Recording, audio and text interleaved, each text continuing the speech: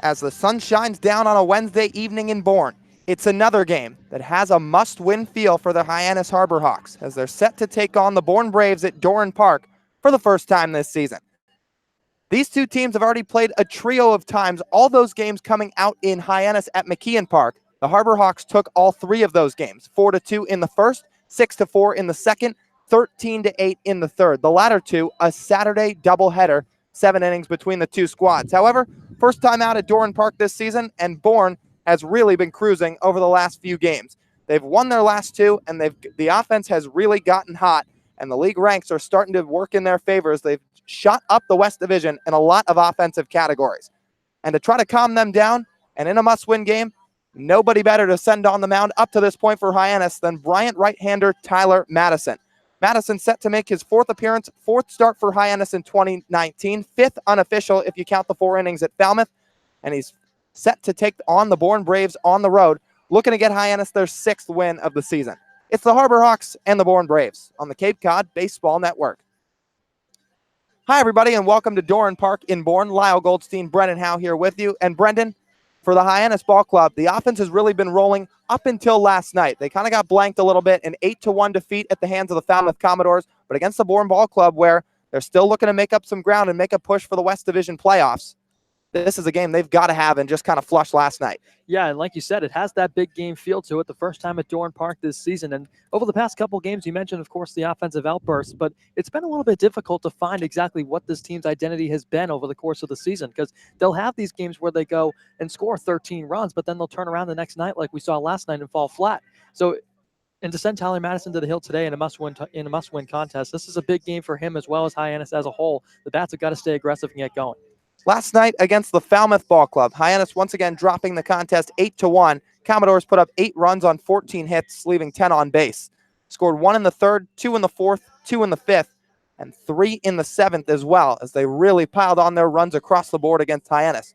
For the Harbor Hawks, just 1 run coming in the bottom of the 6th off the bat of who else? Jordan Westberg, RBI single to plate Bryce Teodosio after a leadoff double in the frame. Westberg coming off a Cape Cod League Player of the Week honor. He'll be in the leadoff spot for tonight. And for the Bourne Braves, meanwhile, they'll send out the right-hander Hayden King for his 2nd appearance in a Bourne uniform. First start for the Braves. He's only thrown 2/3 of an innings for the Braves ball club. And Brendan, what are we to look for him in tonight's contest? I think it's just more of the same from what Bourne's been getting from their pitching staff the entire season. Their entire staff has really dominated up until this point. And last Saturday was when the offense woke up and helped the pitching staff when they fell flat. But tonight, from King, he's pitched with Chatham already this season. So what we're going to see from him, he only pitched 2 innings, so it's a small sample size. So it's going to be up in the air. But the Hyannis bats, they've done well against Bourne this season, as you mentioned, picking up the 3 wins so far. So it's all about for the bats staying aggressive. And as for King, he's going to have to stay around the zone all night. King making his first start in a Bourne uniform. He spent some time with the Chatham Anglers earlier in the season. But for Tyler Madison making his 4th start, he comes off a 3 2/3 inning performance out at Red Wilson Field against the Whitey Red Sox. That coming back on July the 4th. Gave up 6 hits, 2 earned, walked a trio, and struck out a trio. He looks to build on that tonight out at Doran Park against the Bourne Braves, and Hyannis has got to have this one. We'll have first pitch and lineups for you on the other side of the break when we come back on the Cape Cod Baseball Network.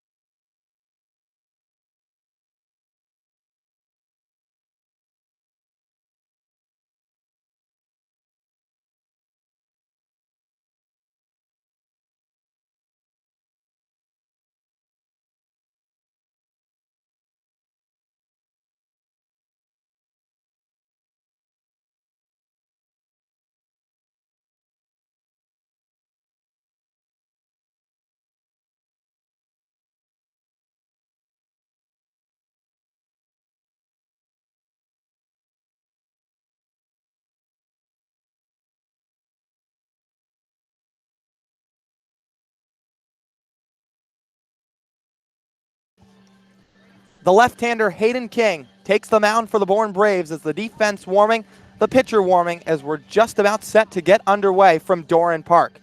Hyannis playing their 25th game of the season. They're 5-18-1 and looking to climb their way out of the cellar and put themselves back in the hunt for the West Division playoffs. To do so, they'll put together a lineup that looks like this. Jordan Westberg leading off, followed by Anthony Servideo. Trevor Hauver back to the 3 spot with Hunter Goodman doing the cleanup duties. Jared DeSantolo playing 5th, hitting 5th, playing 3rd base. Ian Fair in the 6th spot. Brooks Carlson hitting 7th. Rowdy Jordan hitting 8th. And Bryce Teodosio making his 2nd straight start, rounding out the 9. The lefty, King, still getting ready on the mound with his catcher, Jackson Greer. As the park has filled out now nicely tonight at Doran. Bourne Braves fans scattered down the left field line and all throughout the third base bleachers. Meanwhile, the first base grandstand's about 2/3 full. A lot of Hyannis fans sitting in attendance. For Bourne, their 24th game, they sit at 9-14. They're 5-6 at home and looking to make it an even 500. Warm-up's done. Catcher Jackson Greer throws down to second base, and Westberg, the Mississippi State Bulldog, will dig in from the right side of the box for the first at-bat of the ball game. So Hayden King, who threw 5 innings with the Chatham Anglers earlier this summer, has thrown 2/3 of an innings with Bourne and set to make his first start here against the Hyannis Harbor Hawks. Westberg flips the bat out at the mound as the lefty King comes into the stretch. He fires home. Fastball just outside, and we're underway. 6:04 the first pitch time from Bourne, 78 degrees and scattered clouds throughout the sky. Westberg a 1-0 count. Looking to get things going the right way for Hyannis. 1-0. Fastball hits the outside corner just a little bit further in than the last pitch from the lefty King. It's 1-1.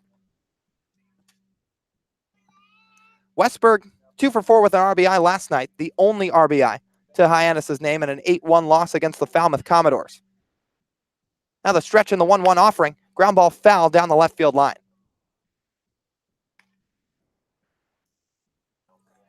So in that 2/3 of an innings for Hayden King, came back on July the 7th, 3 days ago versus Katuitt. 2 hits, 1 earned run, didn't walk anybody or strike out anybody.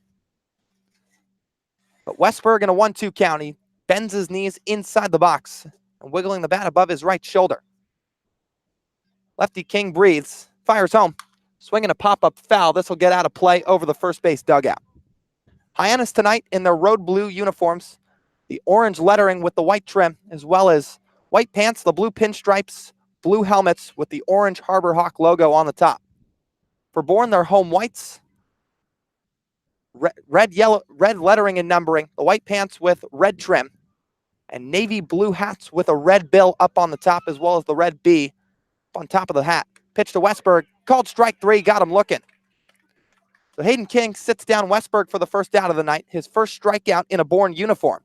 That'll segue things to Anthony Servideo.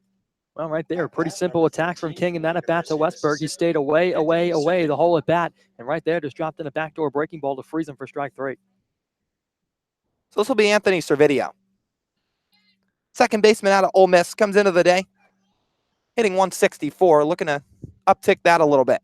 Lefty-lefty matchup as the southpaw deals. Fastball good for a strike. Bourne defense tonight, left to right in the outfield, Nick Bruiser, Judd Fabian, and Kyler Fedko. Same way around the infield, Jimmy Glowinski, Cody Morissette, Jake McKenzie, and Cade Beloso. Now the 0-1. Breaking ball right at the knees, called strike. It's 0-2. The battery one more time. Catcher Jackson Greer behind the plate from East Tennessee State. And the UNLV Rebel Hayden King up on the mound as the lefties working from the third base side of the rubber. 0-2 with 1 down. Top of the first here from Doran Park in Bourne. Offering, swing and a miss. Servideo fans at a breaking ball and make it back-to-back strikeouts for the lefty Hayden King. King staying aggressive early, being around the zone that time. Servideo just going after one a little bit low that time, trying to get a piece to stay alive. He couldn't do it. Back-to-back strikeouts to start for King. He's looking good. So this will bring up Trevor Hauver. He's going to adjust the Velcro of his batting gloves just outside the box. Hauver, one of 3 natural lefties in the lineup tonight. Goes along with Servideo as well as Jared DeSantolo. Pitch, down low off speed. 1 ball, no strikes. Just 4 lefties total, or 3 lefties total. Rowdy Jordan can hit from the left side, but he'll be hitting from the right as he's a switch hitter against the lefty Hayden King. So Hoffer bat above the shoulder, knees firmly bent from the left side, watches a fastball up high and in. 2 balls, no strikes. Hoffer 1 hit in 4 tries yesterday. That represented one of 6 Hyannis base knocks. They just did not get a whole lot going. They're looking to jumpstart that offense again. King gets the sign, comes home, swinging a pop-up foul out of play. That gets over the lawn chairs on the third base side, over the screen at Doran Park, where a bunch of fans reside. They've set up their chairs for the night. The first base side with some metal bleachers where a lot of the Hyannis fans reside, but mostly lawn chairs set up along the left field line and behind the third base dugout as well. 2-1. Fastball called strike at the top of the zone, count levels. Hoffer with 1 home run on the year. That came on a grand slam against the team that Hyannis just lost to last night, Falmouth Ball Club, although his grand slam came in a 10-4 win out at Gov Fuller Field. 11 RBIs as well for the Sun Devil Hoffer. The Rebel King fires the 2-2. Down low, count swells full. Now, Hoffer sure walks a lot. 15 on the summer. That's tied for 3rd in the Cape League. Jared DeSantelo also sits with the same base on balls total. But Hayden King looking to retire the Hyannis side in order. He's got a 3-2 count with 2 down, 0-0 the score. Offering, breaking ball. Inside, he lost Hoffer. Trevor draws his 16th walk of the summer as he trots down to first base, and that'll bring up Hunter Goodman doing the catching tonight and out of the cleanup spot. And that is incredibly good patience from Hoffer in that at bat. King's had that breaking ball working early so far in his outing tonight, but surrendering his first walk of the outing to Hoffer that time. That pitch was inside, and it looks like it was going to tail back toward the inside part of the plate. Hoffer doing a nice job laying off of it. This will bring up Hunter Goodman. Hoffer will lead off a first pitch from King, swinging a pop-up foul down the right field line. Gets over toward the big gravel field just beyond the Hyannis dugout. For Hayden King, 6'2", 215-pound southpaw out of UNLV. 4-pitch guy will mix in a fastball, curveball, slider, and changeup. Flashed that breaking ball a healthy amount so far. The right-handed hitting Goodman from the box as the southpaw King gets set, looks at Hoffer at first with a short lead. Comes home, swinging a fly ball, deep left center field, back goes Bruiser. He's in the gap, but he's going to flag it down on the run. So Goodman gives it a ride, but it dies out in the big dimensions of Doran Park as Nick Bruiser, moving way back into his left, tracks it down on the move, and that'll end the top of the first. So Trevor Hoffer draws a 2-out walk, but is stranded on the bases. For Hyannis in the inning, no runs, no hits, no errors, 1 left on. We'll go to the bottom of the first when we come back. It's Hyannis 0, Bourne 0 on the Cape Cod Baseball Network.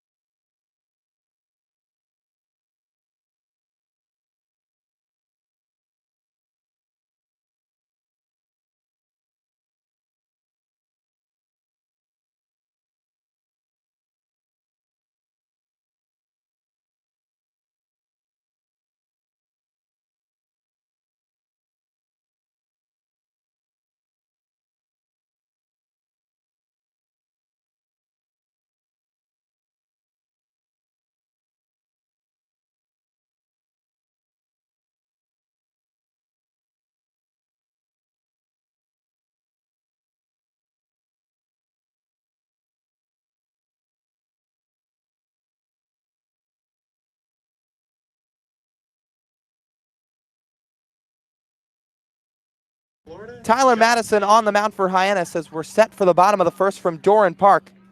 And Judd Fabian, the Florida Gator, digs in from the right side of the box with the righty Madison on the mound. He flicks the arms above his head as he rocks and fires the first pitch. Swing and a high pop-up on the infield left side. Jared DeSantillo moving to his right.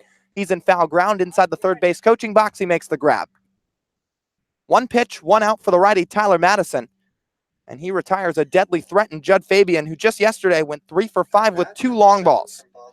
Well, that's exactly what Madison's going to have to do in his start tonight. He's going to have to be very economical against the Braves lineup that's been torching opponents as of late.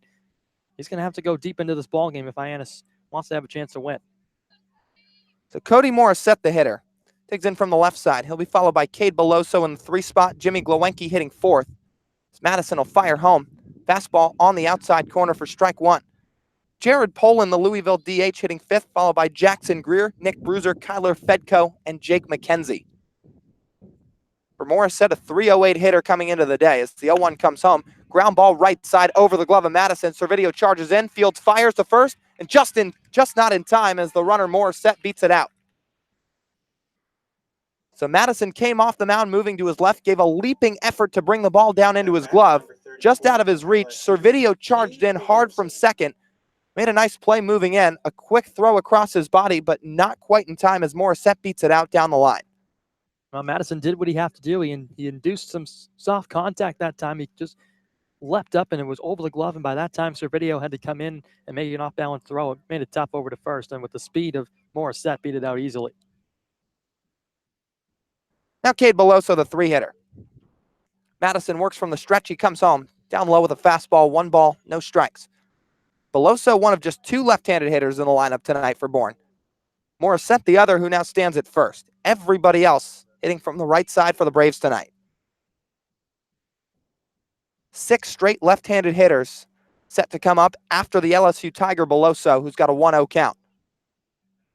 Madison comes set at the belt. He'll come home. Fastball right at the knees, called strike. So Madison, once again, making his 4th start for the Hyannis Harbor Hawks here in 2019. On the summer, Tyler, 13 innings, a 4.15 ERA. He's walked 3, struck out 11. Now the set and offering. Breaking ball, swing and a miss. It's 1-2. So for Tyler Madison, the Bryant right-hander, 3-pitch guy, fastball, curveball change. And in a school season, 9-1 with a 3.47 ERA in 80 1/3 innings pitched. All of them starts. He walked 30, struck out 67 as he throws over to first. Tag applied by Ian Fair. Back safely the runner, Cody Morissette. Hyannis defense tonight. Left to right in the outfield, Trevor Hauver, Bryce Teodosio, Rowdy Jordan. Same way around the infield, DeSantillo, Westberg, Servideo, and Ian Fair, with the catcher Hunter Goodman behind the plate. Now the 1-2 from Madison. Swing and a miss. He blew a fastball by him. First strikeout of the night for the Bryant right-hander as Beloso sits down for the 2nd out of the bottom of the 1st. At bat, number 4 from Dallas Baptist University. Now Jimmy Glowenke, the hitter. A nice job by Madison. Spots that fastball up on the outer half of the plate and absolutely blew it by the left-handed hitting Beloso. So Glowenke comes in hitting 261. Madison fires over to first again. Morris sets back safely. Cody recorded the first hit from any side in tonight's ballgame as we're here in the bottom of the 1st as he punched an infield single over the head of Madison and pretty softly on the ground to the right side, giving him the chance to beat it out by about a half step. Pitch from Tyler down low and away, chested up by Goodman. He keeps it in front of him. It's 1-0.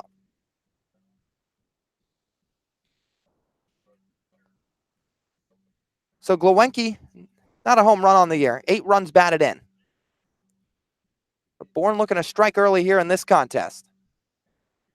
Morris set with a lead at first. Madison's going to throw over again. And he's back safe with a head-first dive. So Tyler keeping a really close eye on the runner, Cody Morissette. He has not stolen a base this season. Bourne as a team has stolen just 6. 4 of them have come from Jake McKenzie, who's hitting 9th tonight. 1-0, breaking ball in the dirt, past the glove of Goodman, and Morissette's going to get to second base. Going to hit the bag, take a turn, and stop right there as he moves into scoring position. Madison's wild pitch lets Morissette advance down to second, and Jimmy Glowacki now has an RBI opportunity at hand.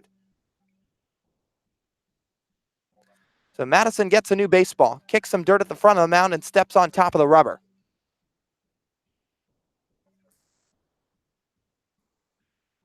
Glowacki pinwheels the bat around the zone a couple times. Madison working from the right side of the rubber. He comes set, delivers home. Fastball swing and a miss. So the heaters look good early from the righty Madison. Already got Beloso fanning. And it gets Glowacki right there to move the count to 2-1. For Bourne, they sit 7 points in the West Division ahead of Hyannis. 18 points with a 9-14 record compared to the 5-18-1 record of the Hyannis Harbor Hawks. Madison checks the runner at second. He'll come home. Down low, 3 balls, 1 strike. With a win tonight, Hyannis can move within 5 points of Bourne. But with a loss, the Braves really create even further separation between themselves and the Harbor Hawks, as 4 of the top 5 teams from each division will participate in postseason play. And Madison on the mound, trying to make sure Hyannis stays in the hunt. 3-1, hits the bottom of the zone, strike 2. Glowacki flipped the bat backwards, back toward the Bourne dugout. But home plate umpire Sam Finn says come right back as the count runs full. Madison already with 1 punch out tonight, coming to the previous batter, Cade Beloso. Morissette with a fair lead at second. No hold from either of the middle infielders. The entire infield just about straight up. Payoff pitch. Swinging a high pop-up. Foul ground on the first base side. Fair moving over to his left toward the dugout. He's got a beat on it, and he makes the grab. That ends the bottom of the first. A 1-out infield single by Cody Morissette advances him to second, but does not bring him around. For Bourne in the inning, no runs, 1 hit, no errors, 1 left on. 0-0 between Bourne and Hyannis through the first inning of play. And we'll be back for the top of the second when we return on the Cape Cod Baseball Network.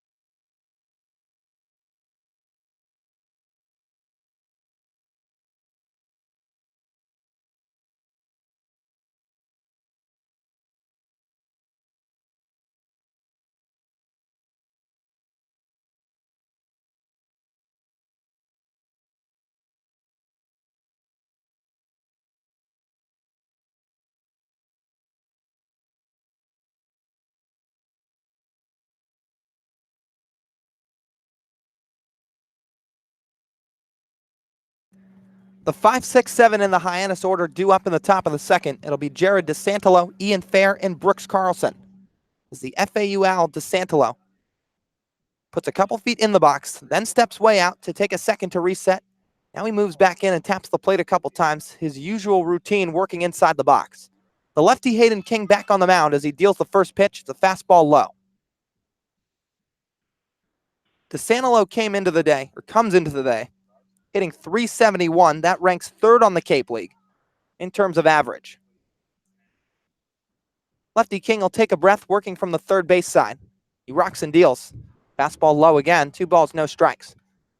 So it's kind of been a 3-man battle for the average title at the top of the Cape League, at least of the last few days or so. Zach DeLoach, Wyatt Young, and DeSantalo all in the race. As King gets the sign, fires the 2-0, swing and a miss. DeSantalo swings underneath a fastball at the top of the zone. It's 2-1. DeLoach entered yesterday's play as the leader. And after that great night last night, he created some separation. He went 3 for 4, 2 home runs as well as a single and a walk. He sits at 400 exactly for the Commodores coming into today's play. Now the 2-1. Ground ball right to the shortstop. Morissette on a couple hops. Fields cleanly, fires to first, and it's in time. The 1 down, DeSantillo retired. That'll bring up Ian Fair, the Northeastern first baseman. At bat, number 37 from Northeastern, Ian Fair. So for Ian Fair, looking to get Hyannis started in the top of the second. Yet to record a hit are the Harbor Hawks. Trevor Hauver reached on a 2-out walk in the first, but he was stranded there. For Fair comes into the day 6 for 14. No RBIs yet, however. He wiggles the bat above his shoulder. Pitch, fastball outside. But in terms of the Cape League as a whole, once again, Deloach hitting 400 entering today. That leads the league. Wyatt Young came into today 377, and DeSantillo 371. Now the 1-0 from Hayden King. Line drive down the right field line. That hook's foul. So Fair will step back into the box after he takes a second to take a couple practice swings just behind the right side of the batter's box. Doran Park with some odd dimensions, no doubt about it. The gaps are humongous. It's 395 to dead center. The left field line 330. The right field line 300 feet down the line. Now the offering from King. Breaking ball up high. So 2 balls, 1 strike to Fair. 300 feet down the right field line, but if you face that right field line from the field and then move about 10 feet, maybe 15 feet to your left, it's 360 right in front of the Hyannis bullpen. Pitch to Ian Fair, fastball low. So that fence almost goes directly out at Doran Park. It loops around a little bit in dead center. Again, 395 with the American flag residing right behind. And 330 feet down the left field line. Pitch to Fair, ground ball up the middle. That's going to get through a base hit. So Ian Fair with the first base knock for Hyannis this evening. Makes it his 7th hit of the summer as there's a man on with 1 down for Brooks Carlson. Well, King got DeSantillo to ground out with the same type of delivery. It was a fastball up in the zone, but this time Fair got the barrel of the bat to it in time, laced it up the middle for the first hit of the night for Hyannis. Now Brooks Carlson, the hitter. Samford first baseman usually, although doing the designated hitting tonight, as he extends that right hand toward home plate umpire Sam Finn, asking for time. Now he gets into his stance. Fair, a short lead from first, and the offering from King misses away.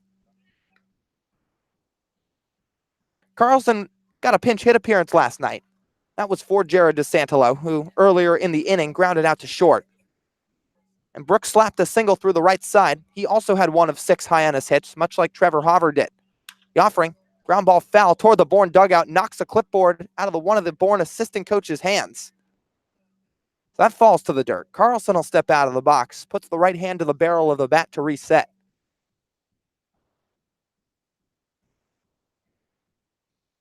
So DeSantillo last night 1 for 3. Carlson 1 for 1. And Brooks looking to move around Ian Fair, who picked up the first Hyannis hit of the day. Offering, good breaking ball from King. It drops in, it's 1-2. Carlson stares down the third baseline at his head coach, Chad Gassman, just to the left of the third base coaching box. Carlson flicks the bat toward the mound a couple times, now into his stance. Lefty King from the stretch comes home, swing and a miss. Carlson strikes out, making it the 3rd punch out of the evening for the left-hander Hayden King. And there's 2 away for switch hitting Rowdy Jordan. Mississippi State, Rowdy Jordan. So Rowdy from the right side. He makes it 1 of 6 right-handed hitters for Hyannis tonight, at least while the left-hander Hayden King sits on the mound. DeSantillo, Hauver, Servideo, all natural lefties, everybody else from the right side. Rowdy Jordan wiggling the bat in front of his shoulder. Now the offering, good fastball for a strike, outer part of the plate. So Hayden King, once again, threw 5 innings for Chatham in the summer of 2019. Was later released and picked up by the Bourne Ball Club. 0-1 out of the stretch. Fastball up high, count levels. In fact, when he pitched for Chatham, he faced Bourne once. He only threw a third of an inning and faced one batter at that. But he retired Alec Burleson, who's no longer on the Bourne roster. He's out with Team USA. But for Hayden King, he sat down Burleson. And now he fires the 1-1. Runner takes off in the dirt, throw down to second from Greer, and they nab fair by a mile. Gives a head first attempt, but the second baseman, Jake McKenzie, got the throw, slapped the tag down on Fair's back, and that ends the top of the second. So through an inning and a half, Hyannis picks up their first hit in the inning, but no runs up on the board. For the second, no runs, one hit, no errors, nobody left on. We'll go to the bottom of the second when we come back. It's Bourne 0, Hyannis 0 on the Cape Cod Baseball Network.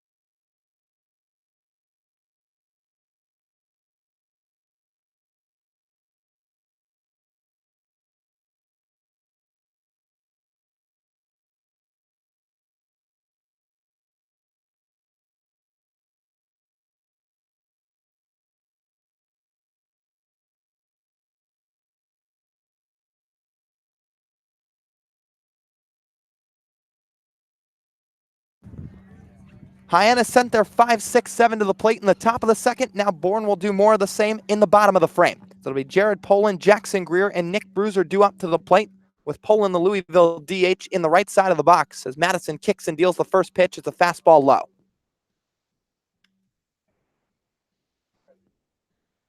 Poland comes into the day hitting .316, 4 runs batted in. It's 0-0 in the bottom of the second, each team with a hit of their own. Pitch. Down low, count runs to 2-0.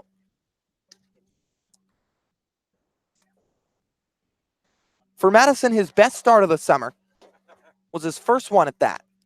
5 innings out at Gov Fuller Field against Falmouth as he deals the 2-0. Line drive on a hop to the second baseman, Servideo, fields cleanly on the glove side, throws to first, and there's one away.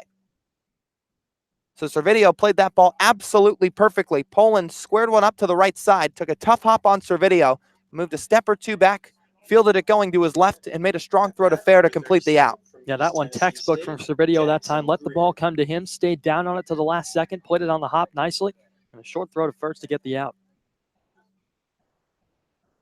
So with one away, it'll bring up Jackson Greer. Madison still working from the windup. Shakes off one sign, gets another. Shakes the shoulders and now fires home the first offering. It's a breaking ball well out in front of the plate. But back to that Falmouth start. He went 5 innings there. 1 earned run that was let up on the first pitch of the ball game. Hayden Cantrell leadoff home run. So rather in the bottom of the first pitch that any Falmouth hitter saw that night. But he allowed 2 hits, didn't walk anybody, and struck out 6.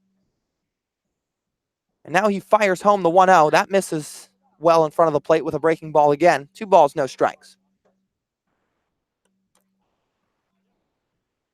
So Madison had no decision in that contest, although his strongest outing, as those two ball clubs tied 9-9 in their first matchup of the season out in Falmouth.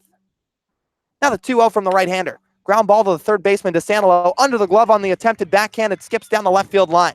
Greer around the bag at first. He's thinking 2. Relay comes in from Hauver, but the tag applied late by Servideo, and sliding in safely, Jackson Greer with a 1-out double.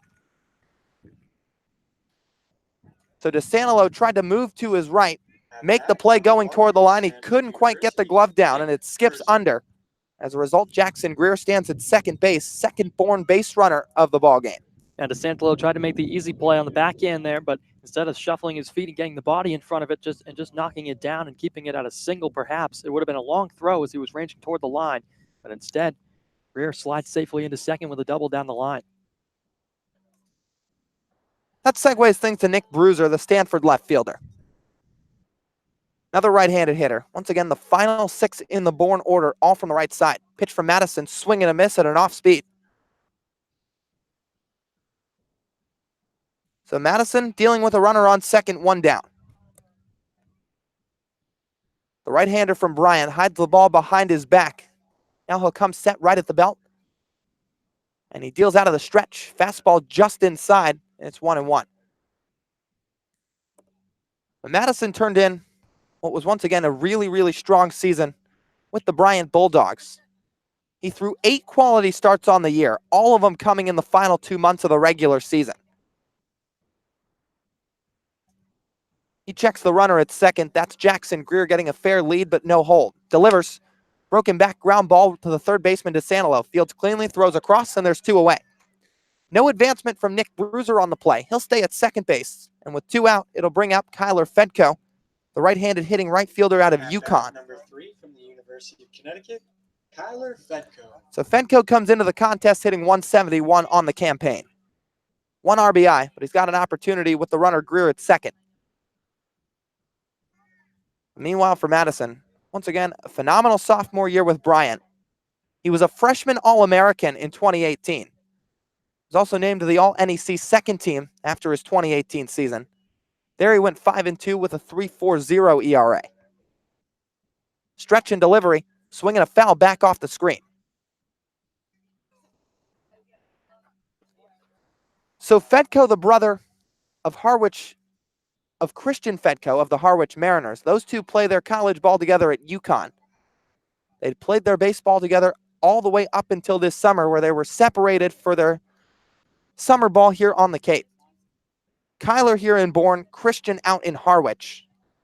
With Kyler playing right field tonight, looking to get Bourne on the board. Offering, squiggler down the first baseline, foul.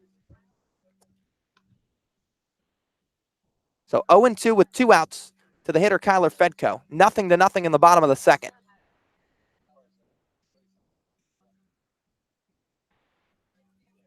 Fedko won 2 state titles in high school, one in 2016, one in 2018.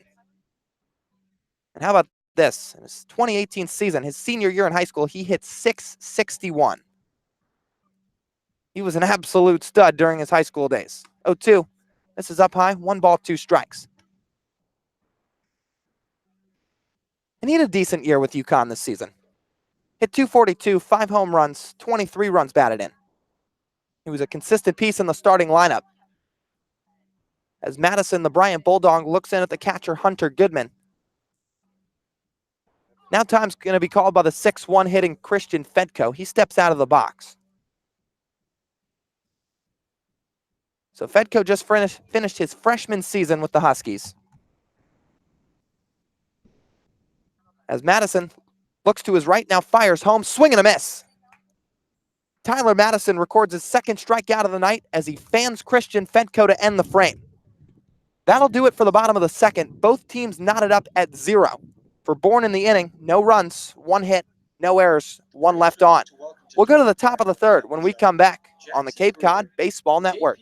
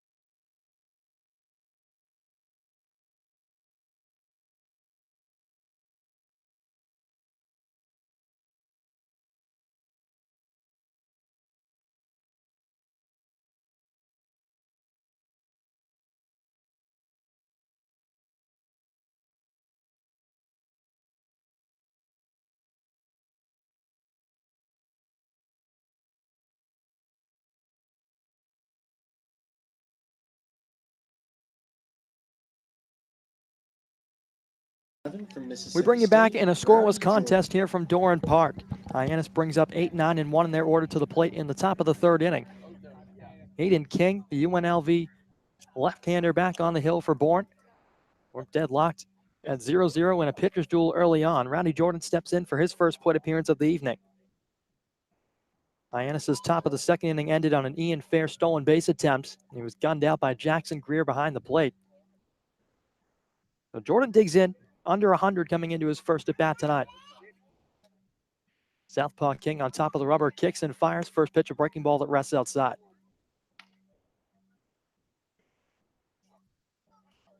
So for Rowdy, batted in the 7th spot last night, reached base one time. That was the walk that came in his final plate appearance in the 7th inning. Kind of changes fortunes here tonight in Bourne. Wants a 1-0, fastball a bit low, 2 balls, no strikes. King's already walked one tonight. That was Trevor Hoover back in the 1st inning. UNLV left-hander, a transfer from the University of San Francisco. Sat out the 2019 season after making the move over as he pumps in a fastball for a strike to make the count 2-1 to Jordan. Hyannis has mustered up just 1 hit so far in the ballgame to Bourne's 2. A briskly played ballgame to this point as we enter the 3rd inning.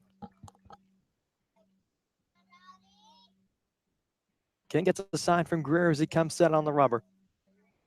Takes a breath, now fires. The 2-1. Jordan swings, pops it up right side. It's drifting back foul out of play over the Hyannis dugout. The count evens 2 balls and 2 strikes to the right-handed hitting Mississippi State Bulldog. Bryce Teodosio awaiting in the on-deck area, getting his 2nd straight start tonight, the Clemson Tiger. Jordan a long stare down to Chad Gassman, giving the right-handed hitter the signs. King back to the rubber, trying to silence the Hyannis offense, is looking for a spark here again at Doran Park. Hyannis Ball Club visiting Doran for the first time this season. King misses low with a 2-2. It was a breaking ball in the dirt. The count runs full to Jordan. Pretty sizable crowd on hand, as Lyle touched upon a bit earlier. So fans still filing in as we move through the early innings of this contest. Sun starting to set. Once again, another picturesque day for baseball. King set. Here's a payoff pitch to Jordan. Fastball chopper just to the left of home plate as it trickles down the third baseline, foul. Looks like that one might have got a piece of the front foot of Jordan. And the count will stay full 3-2. We'll do it again.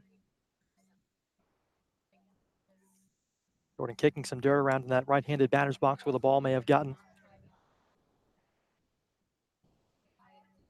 King rubs some dirt on his pitching hand as he adjusts the bill of his cap and now will step on the rubber again.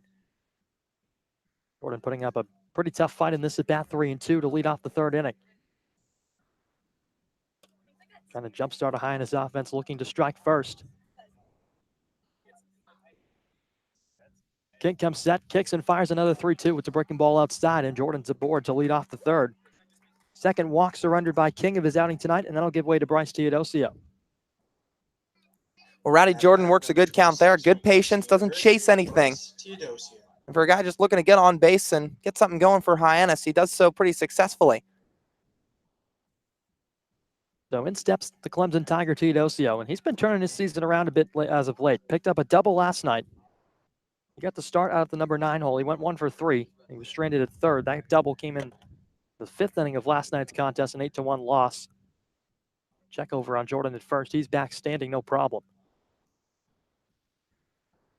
And in that game for Hyannis last night, the 8-1 loss at the hands of the Falmouth Commodores picked up another win on their quest to reach the top of the Western Division. The offense falling silent after what was a 10-run performance in Wareham over the weekend. Swing and a miss from Teodosio. He went up out of the zone to go try and catch that fastball. He missed with it. And count 0-1. And Bryce, for a while, to start his season here on Cape Cod, was hitting under 100, but he's now risen that average up to 184. He's picked up 3 RBIs along the way as well. He's batting with 1 on, nobody out as King kicks and throws back to first. A courtesy toss over as Jordan's in standing again. So Teodosio trying to serve as almost a second leadoff man here in this inning for Hyannis, with Jordan Westberg looming in the on-deck circle.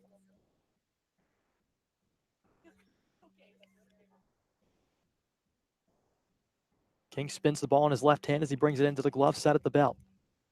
Kicks and fires an 0-1. TDLCO another cut and a miss through an upstairs fastball. Count 0-2.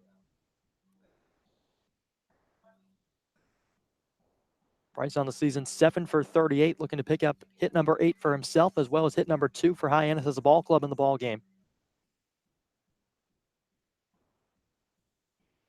King slowing his pace down a bit as Jordan gets a short lead off of first, held on by the first baseman Beloso. King set another check on Jordan back standing. Really concerned with Rowdy over there, who does possess a good amount of speed and can swipe a few bags here and there.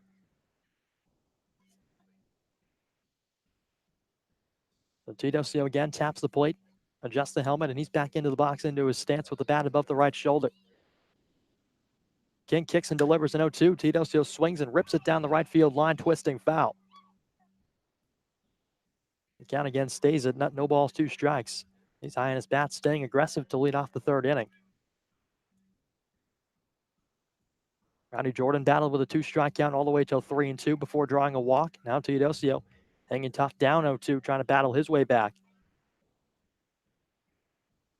King a deep breath, now comes home. Breaking ball a bit low, down by the shoot tops. A ball and 2 strikes.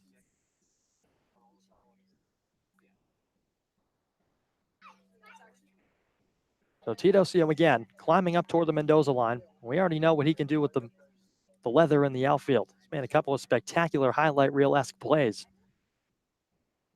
1-2 comes in from King. Swing and a miss, strike 3. Down goes TDLCO. So Bryce strikes out in his first plate appearance. He's gone for out number 1. And back to the top of the order for Jordan Westberg. Number 31 from Mississippi State. Well, King's had some really good fastball velocity early on, and it's kept this Hyannis lineup off balance. Already 4 punch-outs for him. He's let a couple guys go with some walks, but each time responded well. So 2 walks and 4 strikeouts. So far, really keeping this Hyannis lineup on their toes. So in steps the right-handed hitting shortstop Jordan Westberg. Swings at a first pitch breaking ball, sends it in the air to center field, but right at Judd Fabian, who comes on and makes the grab, 2 down. So Jordan Westberg, in his first couple of plate appearances, 0 for 2. A strikeout on the flyout right there, and that will transition things to Anthony Servideo. Anthony Servideo. So Westberg, who came into today a .600 hitter, and really just had been doing it all for Hyannis at the plate. He's cooled down to a brisk .571, Lyle. Just brisk. But Rowdy Jordan still aboard at first. Anthony Servideo at the dish, a lefty-lefty matchup with 2 down in the top of the 3rd. King comes home, first pitch fastball up high, 1-0. And as things update, Westberg's average .545 as it sits currently. And he just made things look so easy through his first 4 games. As King kicks and fires back to first again, a check on Jordan. He's back standing. And it's really not this easy, Lyle, here up here on Cape Cod. It's supposed to be a pitcher's league, and Westberg came in and just lit things on fire, clicking on all cylinders with the bat, but Bourne keeping him silent and off the base path so far tonight. Servideo trying to keep this top of the 3rd alive. King comes home with a 1-0, fastball just a bit below the knees. 2 balls, no strikes. Yeah, we'll see what he has in store the rest of the game. He's probably got at least 2 at-bats to go, maybe 3. And as the games look like a pitcher's battle so far, never know when you might need some offense to spark late in the ballgame. Kings 2-0 to Servideo. Another breaking ball. Couldn't snap it off. Trying to pick one out of spot at the top of the zone. Instead, 3 balls, no strikes in favor of Servideo. And Jordan Westberg, who was just retired via flyout to center field, has had a multi-hit ball game each of his first 4 contests he suited up for Hyannis. 3-0 from King, resides downstairs, and Servideo tosses the bat back toward the Hyannis dugout as well as the leg guard. He's down to first base with the 2nd walk of the inning surrendered by King. At bat, number 10. So 2 base runners on for Hyannis by way of a free pass. And Trevor Hauber digs into the left side with 2 down and a man in scoring position. Well, again, for Hayden King, the strikeouts have been there, but sometimes the command, especially like you talked about, Brendan, particularly with some of the off-speed stuff, hasn't been so crisp through the first just under 2 innings. As a result, he's walked 3, and those pair of walks here in the 2nd have gotten him into some trouble. So Hauber awaits the first offering, watches a fastball downstairs and away. It's 1-0. And Hoffer steps into a situation here with the man in scoring position and Rowdy Jordan and 2 down, where he hasn't seen much success. He's picked up 2 RBIs in this spot, but a 111 average and 9 at-bats with a man in scoring position and 2 away. They're trying to raise that clip in the statistical category just a little bit and draw first blood for these Harbor Hawks here on the road. 1-0 pitch, breaking ball in the dirt, chested up by Greer. No advance for Jordan at second base.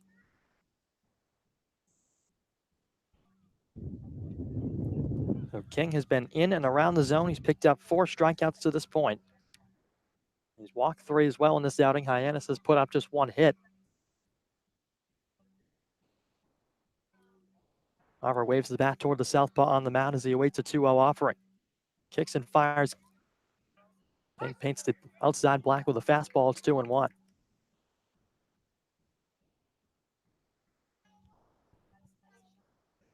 Bourne defense shaded a bit back. Neither the shortstop Morissette or the second baseman McKenzie holding on Jordan at second. Hoffer back into the box with a 2-1 count. Here's King's offering. Cut and a miss through an upstairs pitch. Hoffer a bit frustrated with himself as he turns back out of the box and takes some strides toward the grass and foul ground. So Deuce is wild with Jordan at second and Servideo at first. A big spot if Hoffer can come through with a base hit and drive home Jordan from second. Give Hyannis a 1-0 lead. King trying to make sure that doesn't happen.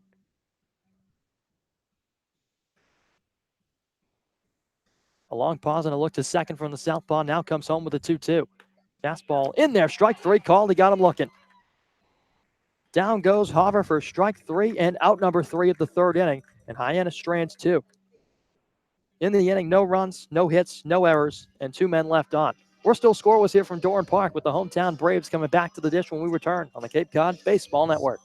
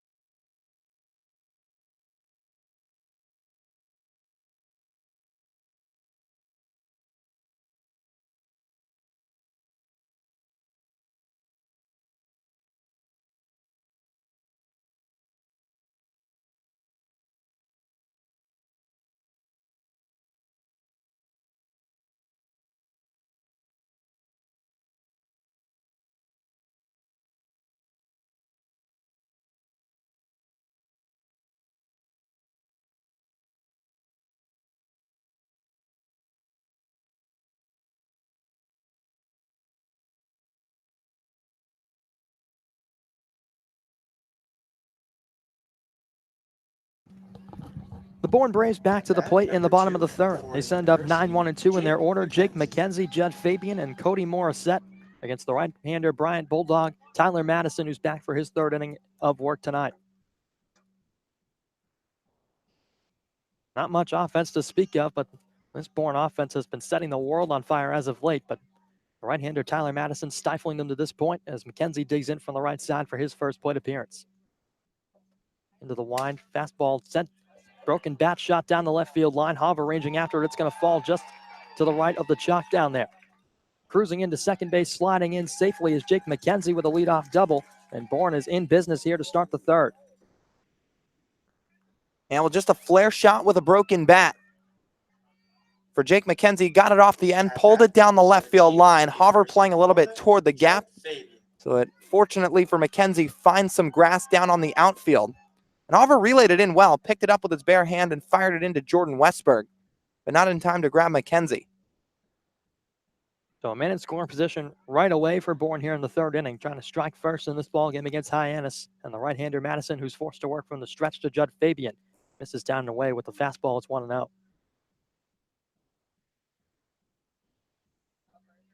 Now Madison in his school season walked just 30. And here on the Cape, has walked just 3 so far. Hasn't surrendered a walk here tonight against Bourne so far. He's been around the zone, and these Bourne hitters piled up 3 hits to this point. Madison to look to second, now comes home with a 1-0. Fastball catches the bottom of the zone to even the count.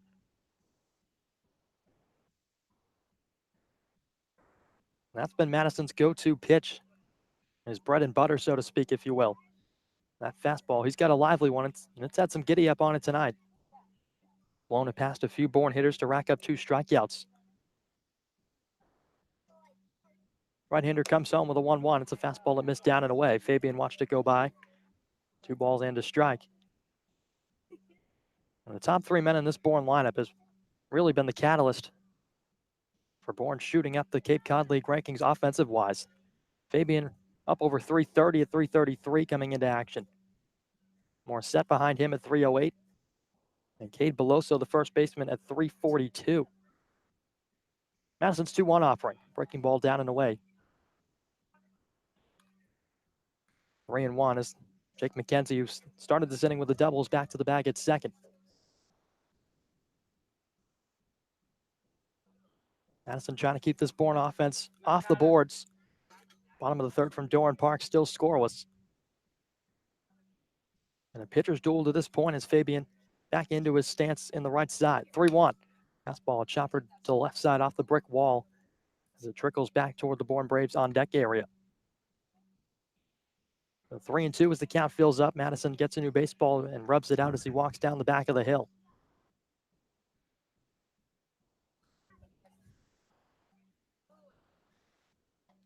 So Fabian back to the box again. Madison in danger of surrendering his first walk of the ball game. That would put 2 runners on with nobody away. Fabian waves the bat toward Madison as he comes set. The payoff pitch. Fastball popped up. Right side. Fair gives it a look toward the dugout. And it's going to trail off behind the bleachers that reside just behind us. Goodman lost the mask and gave it a look back in foul ground, but realized he had no play. So the count will stay full at 3-2. Pausing the action as home plate umpire San Finn dusts some dirt off the home plate.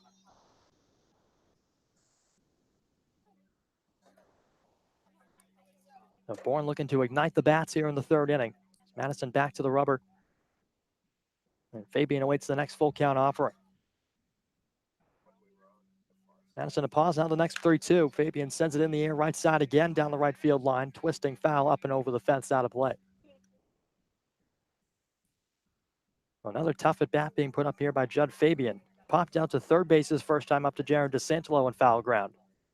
That was an easy play for Jared, ranging over just a couple of feet. But Fabian batting here with a runner in scoring position. He's put up a tough fight against the Bryant Bulldog Madison. Count still 3-2. Here's the pitch. Fastball on the ground towards short. Westberg fields it. Throws on to first. Fair in time for the out. They'll score that one 6-3. No advance for McKenzie at second base. That'll bring up Cody Morissette. At bat, number 7 from Boston College, Cody Morissette. Morissette 1 for 1 tonight. A single back in the 1st inning. 1 on and 1 out for him as he makes his stride to the plate for the 2nd time around. And Bourne paid a visit to McKeon Park over the weekend, but since being swept on Saturday, Bourne has really flipped a switch and turned things around. They've taken 2 of their last 3 contests. They put up 26 runs in those 3 games. First pitch from Madison, a fastball on the outside corner. Down 0-1 to the 308 hitter Morissette.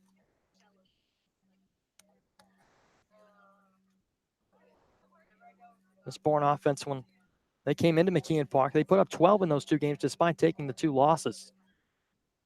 There's just an explosion from Hyannis on the flip side, and that's what resulted in the pair of losses for Bourne.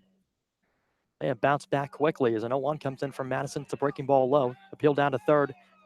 They rule Morissette went around. The left-handed hitter nods his head as he steps out of the box. Count 0-2 as Madison rubs out a baseball behind the rubber. He'll step back onto the hill.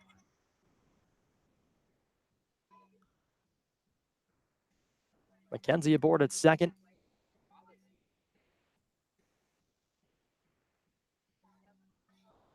More set back into the box as Madison looks for a sign. He gets one from Goodman that he likes. Looking for a strikeout on 0-2. Fastball just low.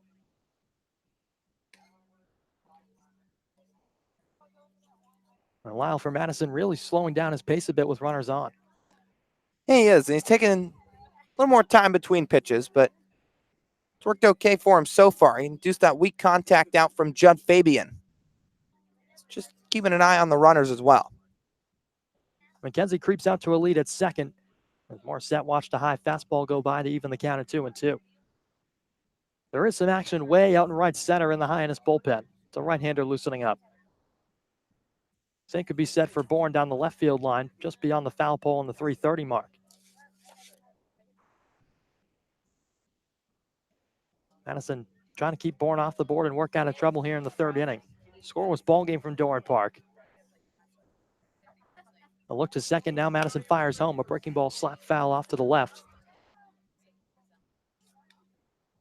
That's Minnesota go for Patrick Fredrickson loosening up. Saw Patrick a couple of nights ago. We'll see how long Gassman elects to work with the Bryant Bulldog Madison, who started this game and has worked a couple of scoreless frames and trying to keep it that way through 3. Next pitch to Morissette, popped up left side again, as that one will trail out of play off toward the school building, and that will be a souvenir. A couple of young fans go racing after it. Now it's still 2 balls, 2 strikes. Now these Bourne hitters really hanging tough with Madison here in this inning, putting up a couple of long at-bats. Yeah, they have, and Morissette in particular. Just swinging at everything around the plate. Not chasing much either, though. The next 2-2, runner goes for third. It's a ground ball to Fair on the right side. He'll tag the back himself, an easy trot to first. And advancing up to third on the play, Jake McKenzie. So first run of the game, 90 feet away for Bourne, and in steps Cade Beloso with an RBI opportunity. And McKenzie got a good jump on that, taking off with the pitch. But McKenzie did his job just slapping one down, or rather, Morissette did his job slapping one down to the right side. So the hit and run works successfully, even better when it's to the opposite way of the runner, McKenzie. And Fair, easy play to the bag, but it sets things up well for Cade Beloso. The Beloso, a .342 hitter. 1 home run, 2 RBIs on the season. It's got a chance for 3 right here as a breaking ball misses in the dirt. Skippering up to the plate, McKenzie to throw. It is not going to be in time as it skips out of the glove of Madison. It's 1-0 Bourne. So McKenzie scampers home from third base. Slides head first across the dish to give Bourne a 1-0 advantage. Madison spiked a breaking ball. Goodman couldn't pick it on the back end, and as a result, a run comes in.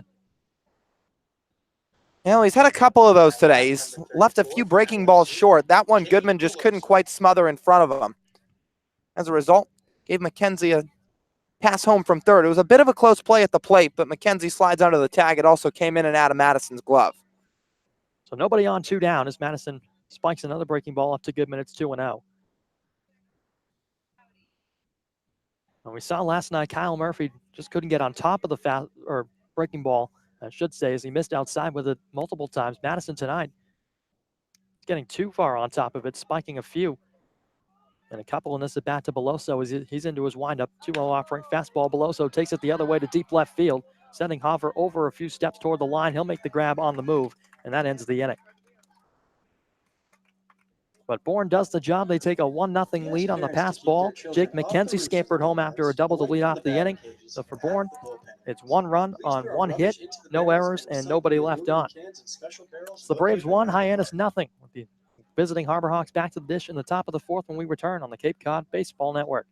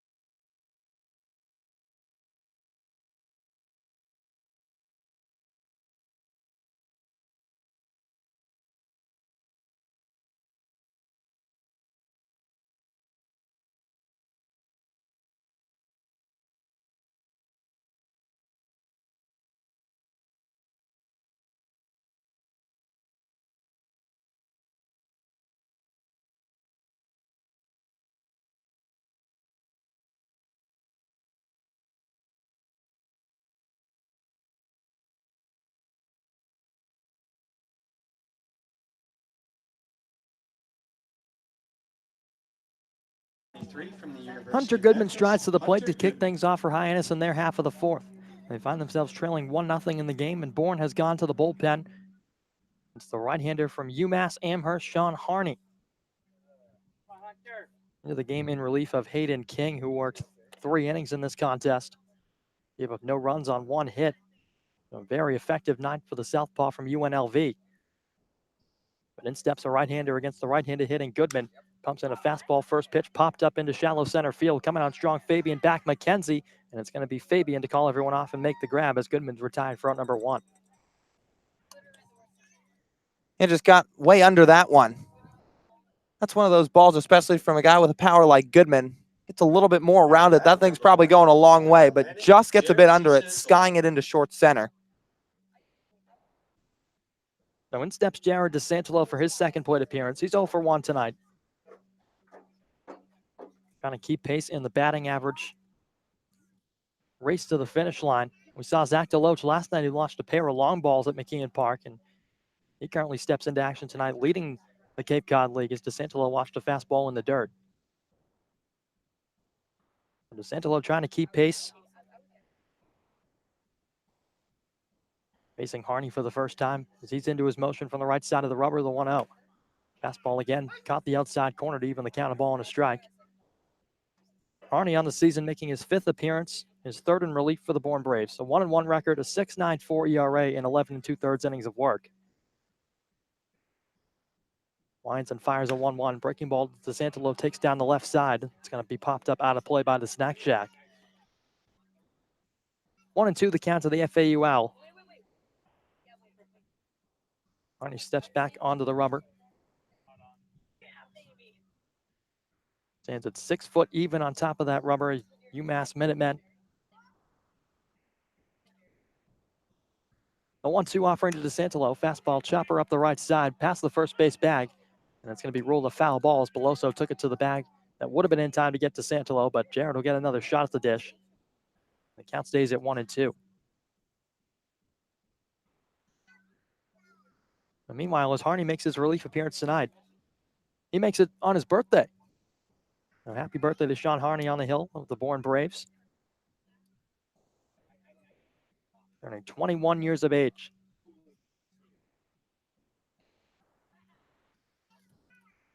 So DeSantolo back to the left side of the box with a 1-2 count as Harney stares down his catcher Greer for a sign. Brings the glove in front of his face, shrugs the shoulders. Now a 1-2 pitch. Fastball that just runs away.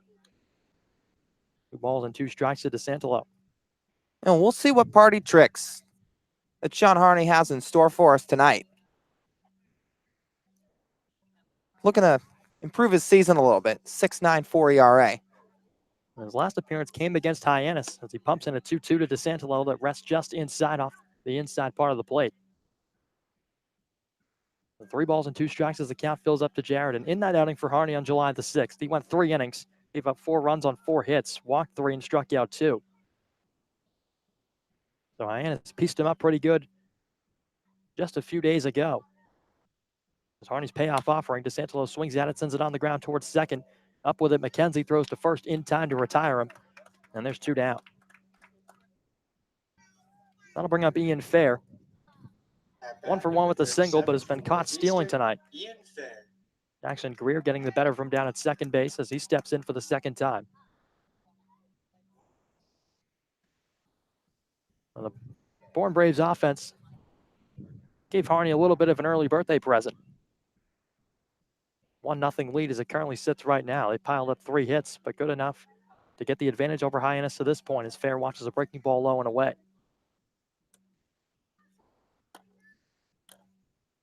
And you talk about Harney's numbers. Lyle mentioned looking to improve his season a bit. He's gone at least 2 2/3 plus in his last 3 outings, and given up at least 3+ runs in each of those appearances. 1 at Chatham, 1 against Falmouth here at Doran Park, and the other at McKeon against these Harbor Hawks. So Fair stands in, nobody on, 2 out. Harney steps off the back of the mound. Now he steps quickly back on as he's into his motion to 1-0. Breaking ball, a high chopper down the third baseline. It's going to be fouled just past the bag as Klemenke fielded it on the backhand. So Fair was hustling down the line, but will have to retreat back as the Bourne Bat Boy set to give Fair his piece of lumber back. So Ian in his second stint with Hyannis this summer. He just looks like he's enjoying his time here on Cape Cod, having a lot of fun. It was all smiles last night in the dugout despite the loss.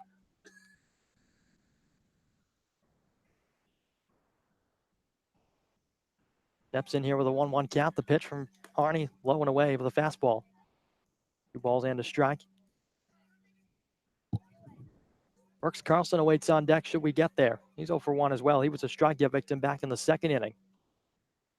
That was courtesy of Hayden King. Harney's 2-1 pitch. That one outside, 3-1. These Hyannis hitters have mustered up just 1 base knock to this point, but they've shown some good patience. Drawn a handful of walks, 3 to be exact. Harney a breath, kicks and fires a 3-1. Fastball low, and Fair draws the 4th walk of the game for Hyannis. And he extends the 4th inning for the time being for Brooks Carlson. Well, Ian just always seems to find ways on base. He doesn't have an extra base hit this year, but that's his 3rd walk. He's already got 7 hits.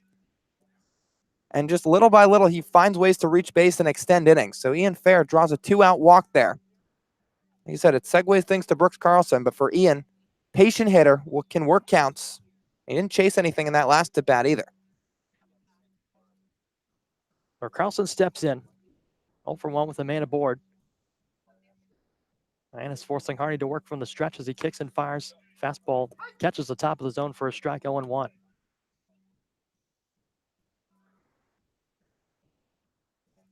And if you go back to last night in the 8-1 loss against Falmouth, Carlson picked up a hit and 1 at bat. It was a pinch hit appearance. Able to knock a single through. Didn't pick up a hit as part of the doubleheader against Bourne on July the 6th. 0 for 3 as part of a 13-8 victory. 0-1. Fastball misses outside. Count evens a ball and a strike.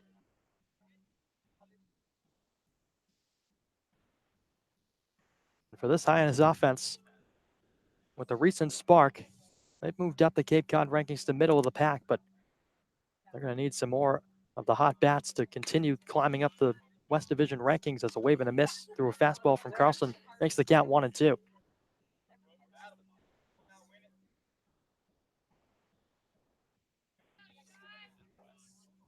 So Brooks looking for a base knock to advance Ian Fair from first and extend the 4th inning and try and strike back against the Bourne Braves. Currently hold a 1-0 lead.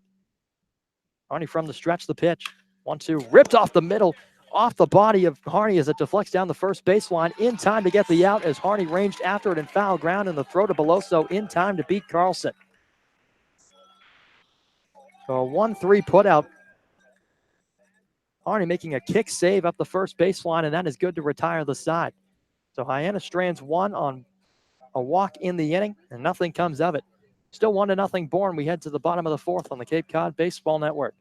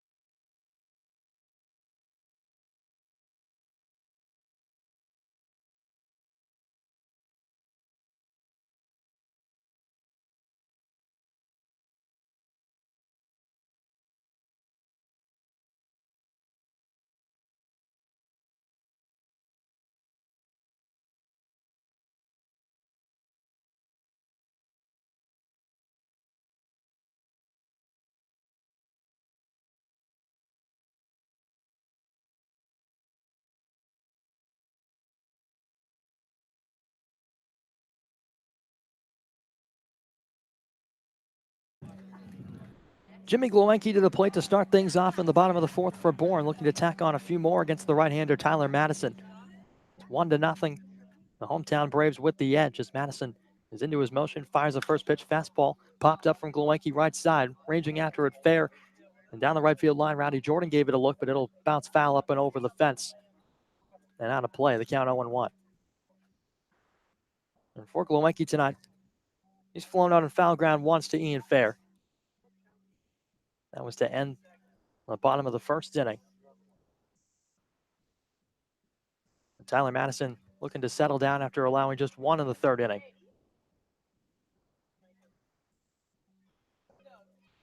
Into the line, fires in 0-1. Fastball roped down the third baseline and Fair into left field. Hopper ranging after it into the corner. Trotting up into second, standing Jimmy Glowenke without a throw. And it's a leadoff double to start things in the fourth for Bourne. Second leadoff double of the inning. They had one, Jake McKenzie. That was in the third inning. So Glowenke makes it a 1-for-2 evening. That'll bring up Jared Poland. At bat, number 23 from the University. And last couple of doubles going down the left field line.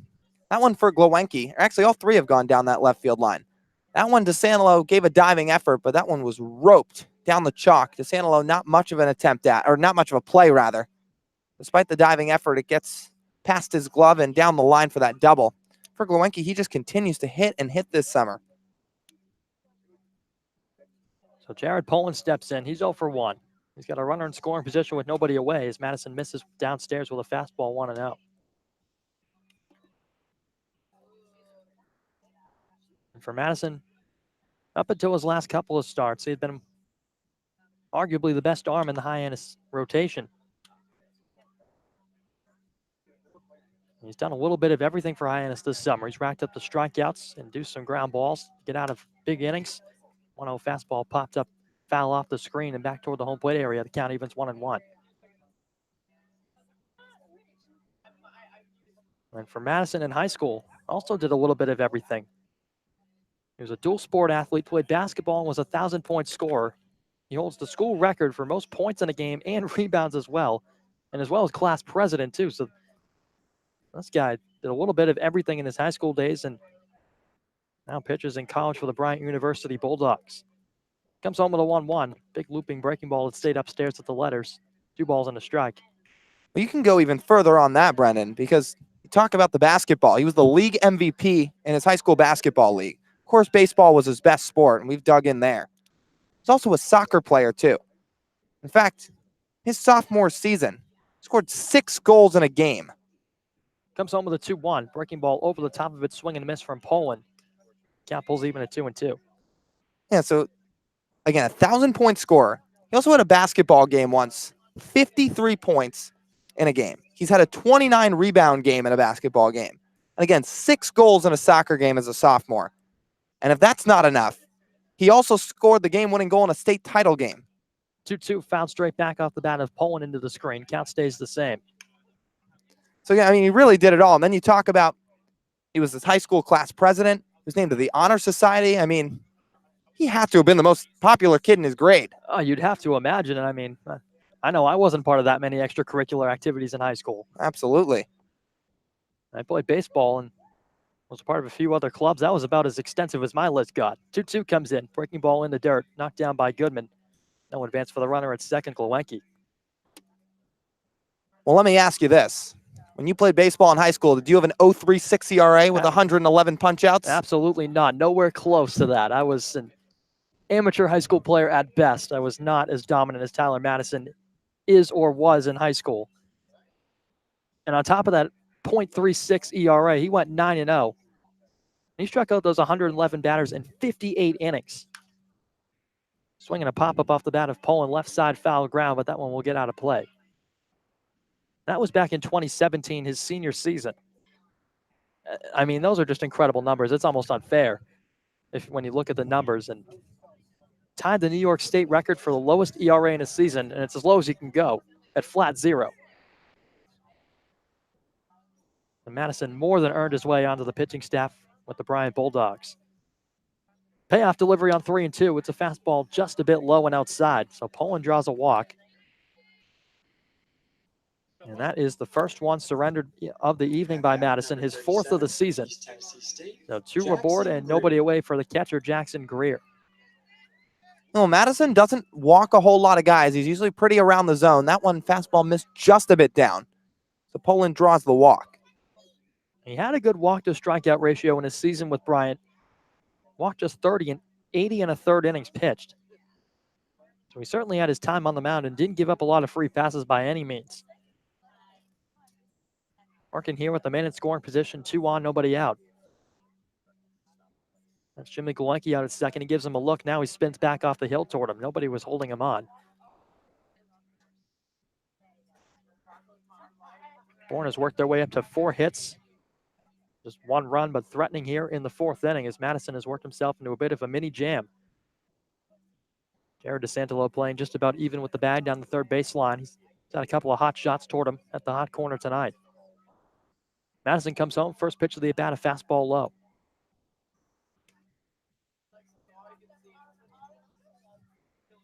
And again, if you want to keep looking at the accolades for Madison, a collegiate baseball newspaper freshman All-American. They're getting some recognition outside of the state of New York. Of course, we are, as we just touched upon, a stellar high school athlete, a stellar collegiate athlete has made his way up here to Cape Cod, and for good reason. Got a 1-0 count here against Greer. Kicks and fires. A breaking ball in the dirt, knocked down by Goodman. Holding both runners at first. The pick back to first, not in time as the tag's applied by Fair a bit late.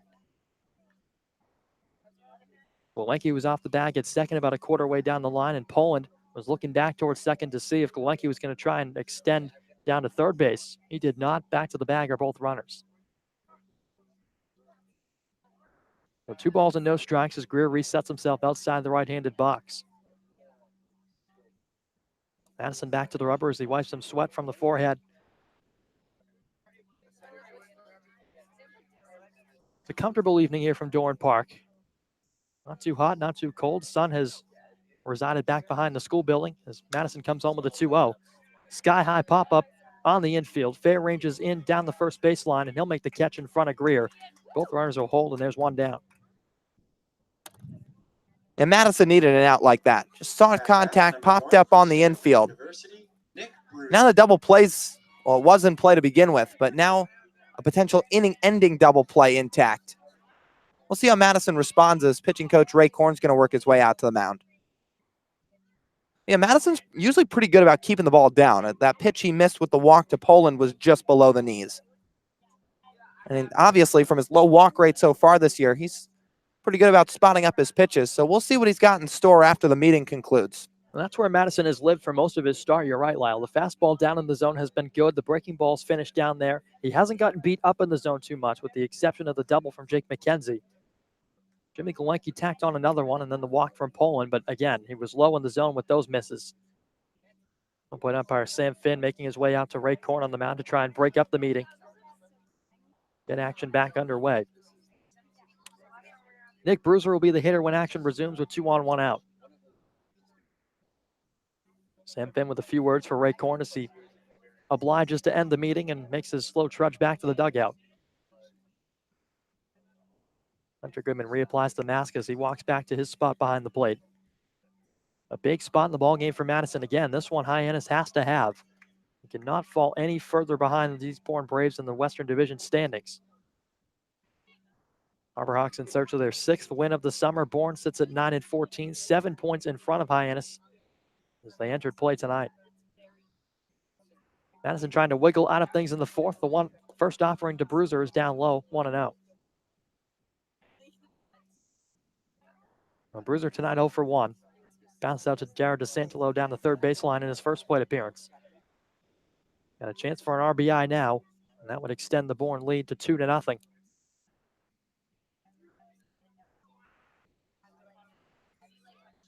Madison a pause now is 1-0. Breaking ball inside, but a called strike. Bruiser not really happy with it. Gives a quick shake of the head as he steps out. And Madison again locating that breaking ball well. Keeping it down in the zone. Hasn't gotten beat too often tonight. 1 run on to the tune of just 4 hits. 2 runners on now with 1 down as he gives a look to second. Now comes home. Fastball in the dirt. Dug out by Goodman. 2 balls and a strike to count.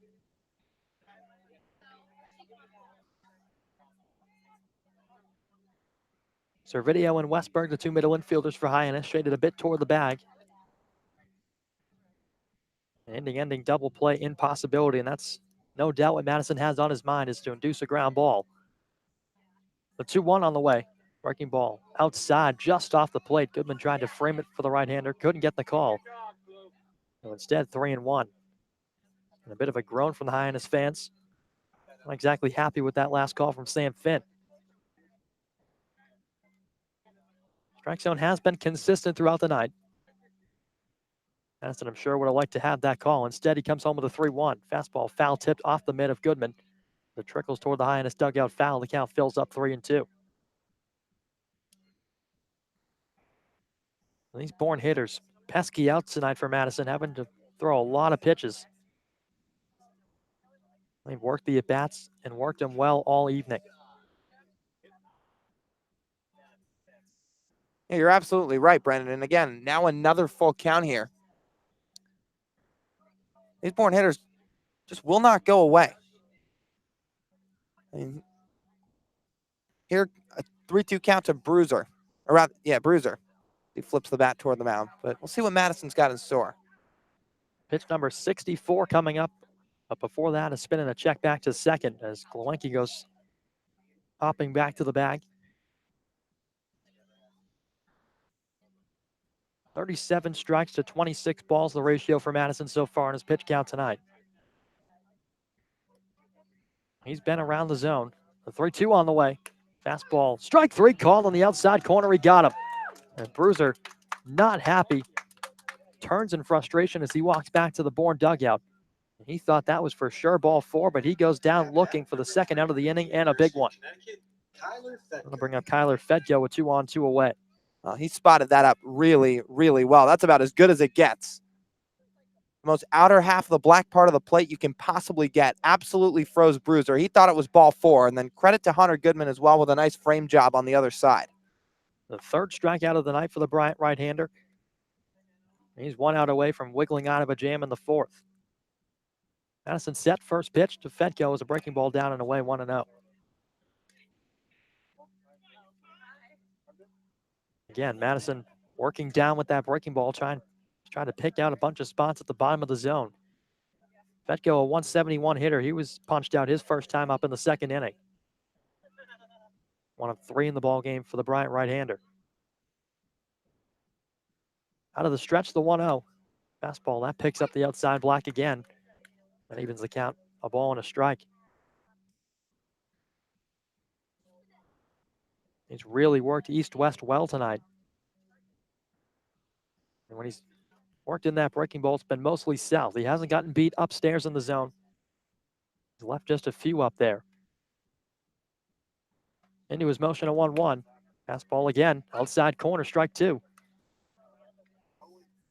Really spotting up that fastball beautifully here in the bottom of the fourth inning. 1-2 count to Fedko with 2 outs.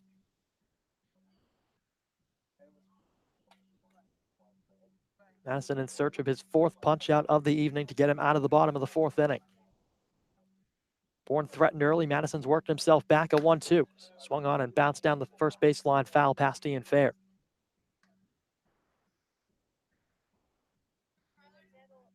Madison tried to go outside corner again with that last fastball. Fedko just sticking the head of the bat out to get a piece and stay alive. He'll see another offering. Glowinski back to the bag at second. Poland back to first. Those 2 runners have been stranded there since this inning got underway. Glowinski ripped a double down into left field to lead off the frame. Poland followed that up with a walk. And then it was 2 straight outs. Jackson Greer popped up to Ian Fair, and Bruiser was fanned looking on the outside corner. So here we stand now with Fedko at the dish and a 1-2 count. Madison gets a sign from Goodman. Kicks and fires. Fedko swings and lifts one right side again. That one will tail out of play.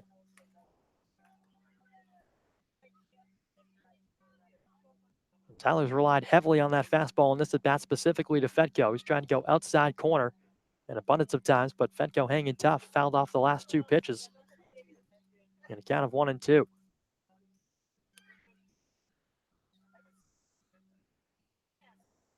Fedko into his stance as he waves the bat a couple times. Madison from the stretch, another 1-2 offering. Breaking ball back up the middle. That's going to get through for a base hit.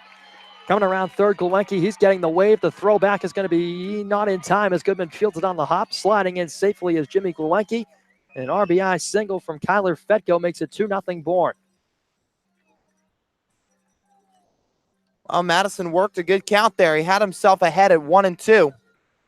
But one just left a little bit too far out in front of the plate. Fedko able to square it up, past the mound, and ripped it on the ground up the middle. And then it was interesting to see if Harvey Shapiro was going to test Bryce Teodosio's arm in center field. As Bryce made a really strong throw. Ball took a little bit of a funny hop on him as he came up with it a bit late by no fault of his own. But as a result, the throw comes a little bit up the line. So Teodosio gave it all the effort he could. Put some mustard on the throw as swinging away is Jake McKenzie. He sends it in the air to right field. Drifting back on it is Rowdy Jordan. He's got it. He'll make the grab, and that ends the inning. But not before Kyler Fetko strikes for an RBI single up the middle. It plates Jimmy Glewenke to stretch the Bourne lead out to 2-0. That's where we'll stand when Hyannis comes back to the dish in the top of the fifth when we return on the Cape Cod Baseball Network.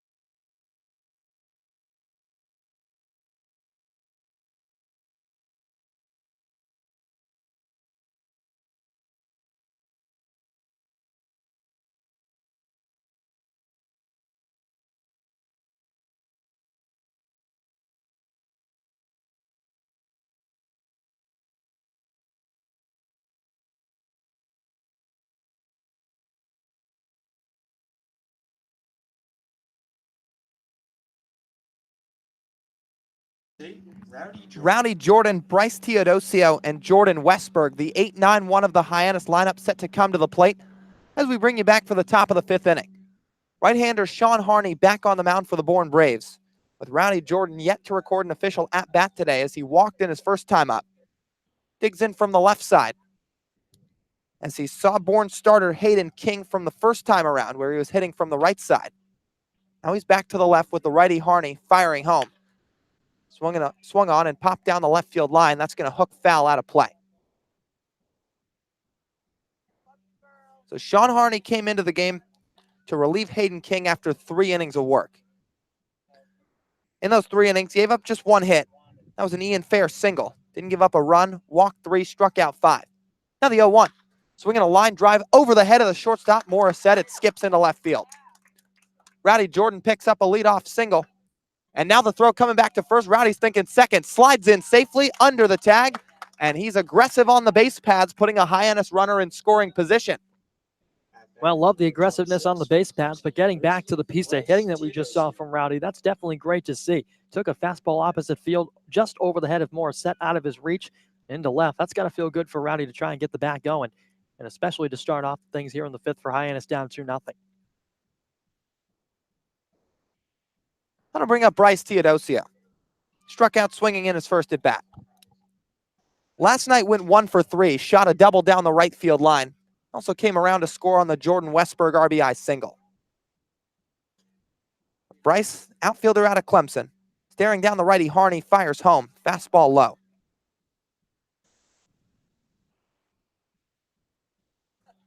Two 2-0 Bourne the score at Doran Park. This is the 4th of 6 games between the two teams. All 3 have already been completed at McKeon Park. So the final 2 after play ends tonight will also take place out in Bourne at Doran. 1-0, swinging a chopper behind him, foul.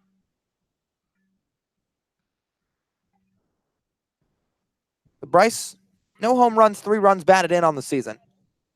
He hit 9 long balls in his sophomore year at Clemson. He has power. but yet to hit a home run on the Cape this summer. He flips the bat underhand toward the mound once or twice. Now he's into his stance with the righty Hyannis coming set at the belt, checking on Jordan, comes home, swinging a pop-up out of play over the press box behind home plate.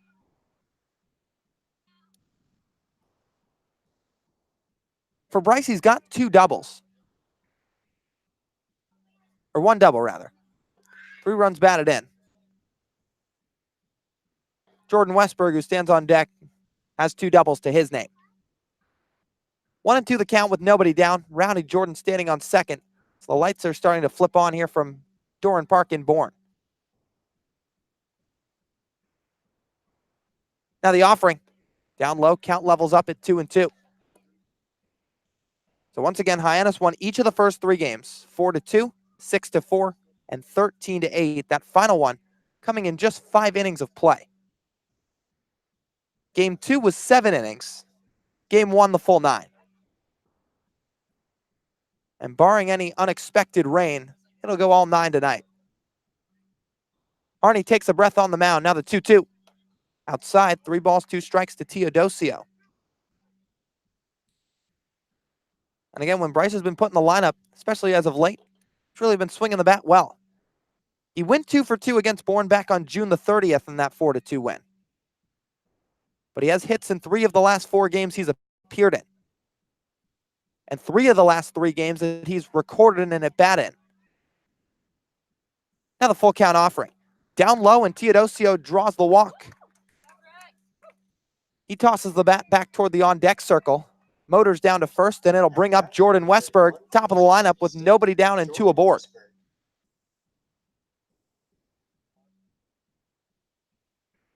So time's going to be called. Meeting on the mound with Sean Hyannis, as well as catcher Jackson Greer and the Bourne pitching coach. Quick one as it adjourns. Everybody back to their spots. Greer back behind the plate. Jordan Westburg's going to dig in. He's 0 for 2 today. Hyannis only 2 hits up to this point. The one from Rowdy Jordan a couple of minutes ago, as well as the Ian Fair single back in the top of the 2nd. But Jordan Westburg, who in each of his first 4 games has recorded multi-hit outings. Hyannis out of the stretch, he fires home. Fastball way outside, it's 1-0. Infield about straight up. Third baseman Jimmy Glowenke just behind the bag at third. Everybody else behind their respective bags. With runners on first and second, Teodosio, of course, nowhere to go. Therefore, no hold from Cade Beloso, the first baseman. Westburg inside the box, knees slightly bent, the 1-0. Fastball, good for a strike right at the bottom of the zone. The count evens up.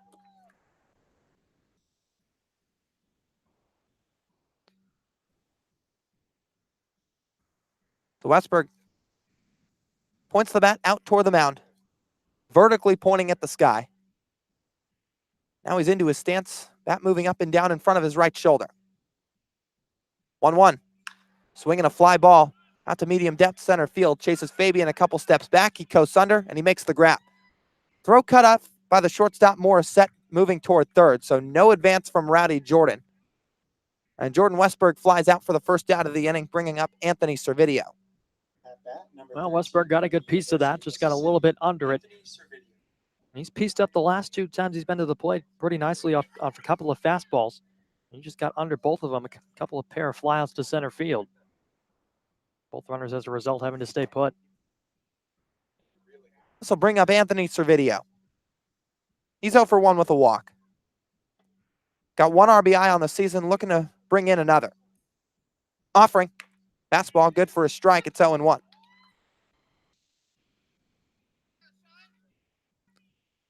The Servideo hitting from the left side. 2-0 Bourne, the score in the top of the 5th. Rowdy Jordan, a short lead at second base. No hold from either of the middle infielders, although Cody Morissette shifted a bit to his left toward the bag. 0-1. Swinging a line drive out to left. Over comes the left fielder Bruiser, and he makes the grab moving toward the line. So Servideo squares one up hard on a line the opposite way, but Bruiser flags it down for the 2nd out. And that one looked off the bat like it was going to try and tail away from Bruiser down the line, but not the case. The left fielder got a great jump on it, gave a slight leap as he made the grab and pulled it down for the second out. Now the hitter, Trevor Hauver. He's 0 for 1. Much like Servideo before the last at-bat. Pretty much same results, just flipped at different times. Servideo struck out in his first at-bat, walked in his second plate appearance. Hauver walked in his first plate appearance back in the first, and struck out looking in the third. First offering. Down low, it's 1-0. So Hauver hitting right behind his summer roommate, Anthony Servideo, both from the left side. And Hauver with an RBI opportunity at hand. Runners on first and second with 2 down. Bourne up by 2. Hyannis looking to chip away. And a game that means a lot in terms of the bottom of the West Division standings and that final spot in the 2019 playoffs. 1-0. Fastball away. 2 balls, no strikes. Look around the rest of the league briefly. Katuitt's up 4-1 on Falmouth. Whitey trailing Brewster 7-4. 0-0 between Harwich and Orleans, and Wareham up 4-0 on Chatham out at Veterans Field. Harney comes set, delivers the 2-0, swinging a high fly ball. Medium depth left center field. Fabian coasting over, and he makes the grab on the run toward the gap to end the inning. So Hauver flies out with 2 aboard. That ends the top of the 5th, and Hyannis still kept off the scoreboard. For the Harbor Hawks in the inning, no runs, 1 hit, no errors, 2 left on. It's Hyannis 0, Bourne 2, and we'll be back for the bottom of the 5th when we come back on the Cape Cod Baseball Network.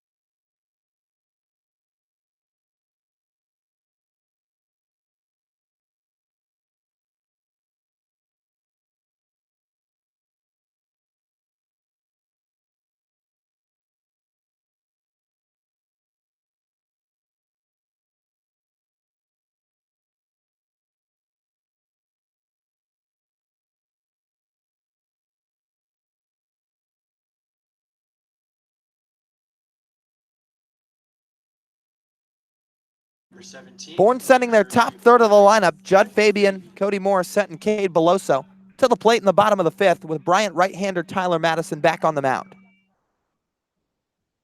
So Fabian, the Florida Gator, 0 for 2 today. Much different than the 3 for 5 night last night with the pair of home runs and 4 RBIs. Pitch. Fastball hits the outer part of the plate. It's 0-1.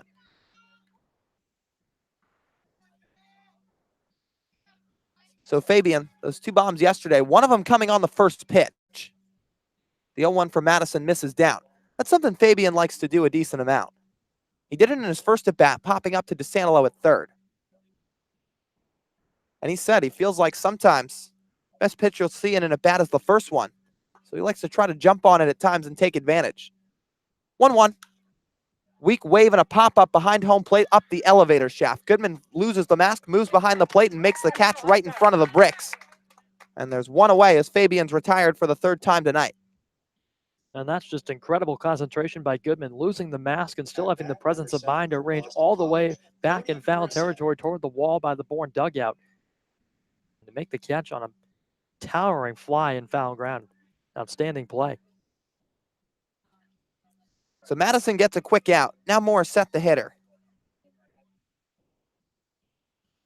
He's 1 for 2 today.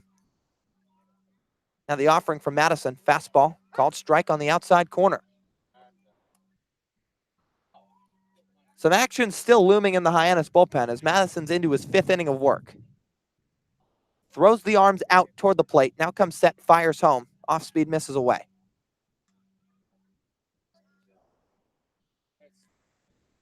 So Morissette looking for his 2nd hit.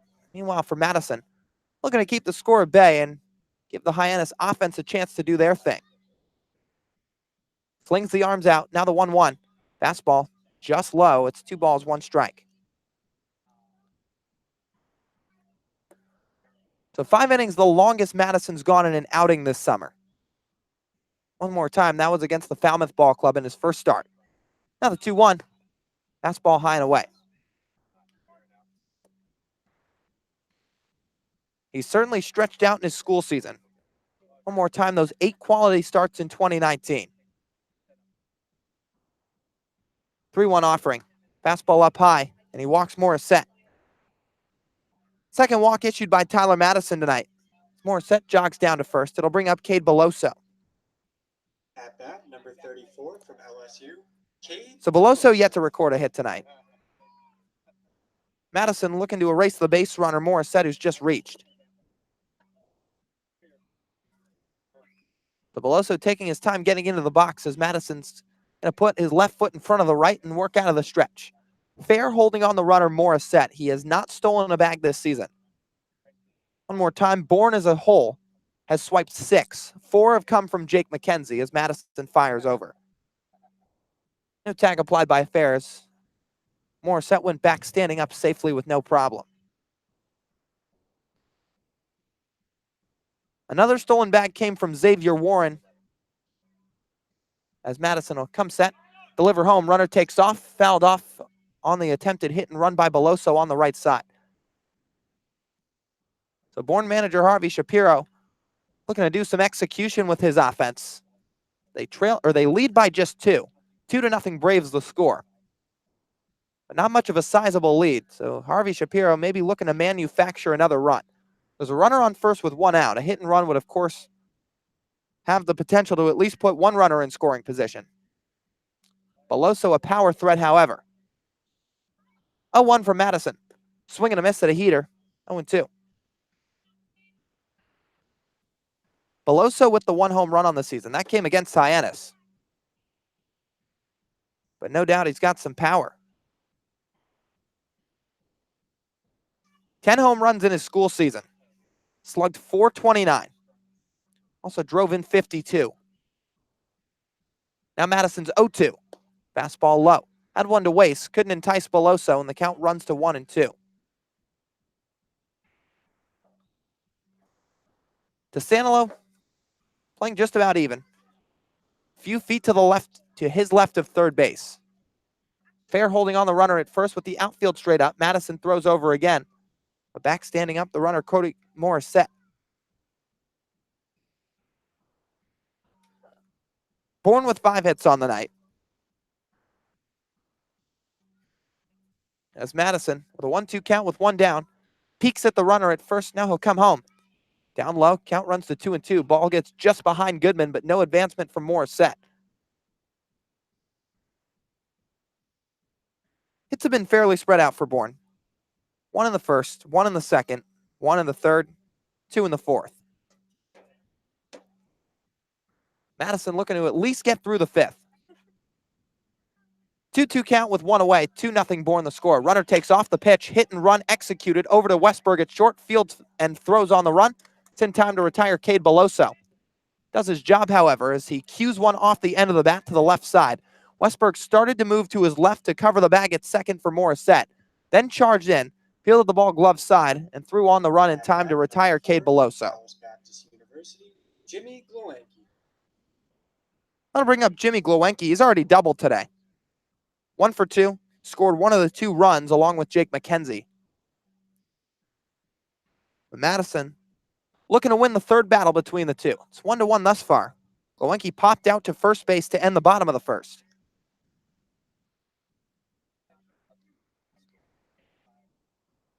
Madison looks at the runner, delivers home out of the stretch. Good fastball, paints the outside corner, strike one. And Madison in his school season had a bit of a rough start to begin the year. He made it through 5 innings just 3 times in his first 6 starts. But once again, those final 2 months, he was absolutely locked and loaded. 8 quality starts. Now the 0-1. Swinging a pop-up foul, out of play. Once again, he's arguably been the best arm Hyannis has had to offer this summer. He's put together some really nice starts. Looking to avenge one that was okay. Fairly ho-hum at YD. The 2 earned runs in 3 2/3 innings. He's looked pretty sharp here tonight. Those 5 hits allowed, a lot of them have been soft contact. Here he is with an 0-2 count, 2 down, Bourne leading by 2. Pitch, just away. Didn't quite get the spot, and it's 1-2. It was pretty close. Goodman maybe just not quite getting the frame.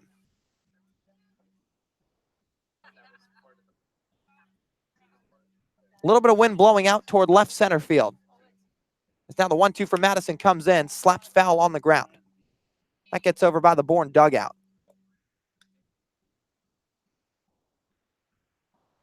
Getting close to the 2-hour mark of this one. Once again, first pitch time was 6:04, 7:51 p.m. in Bourne, Massachusetts.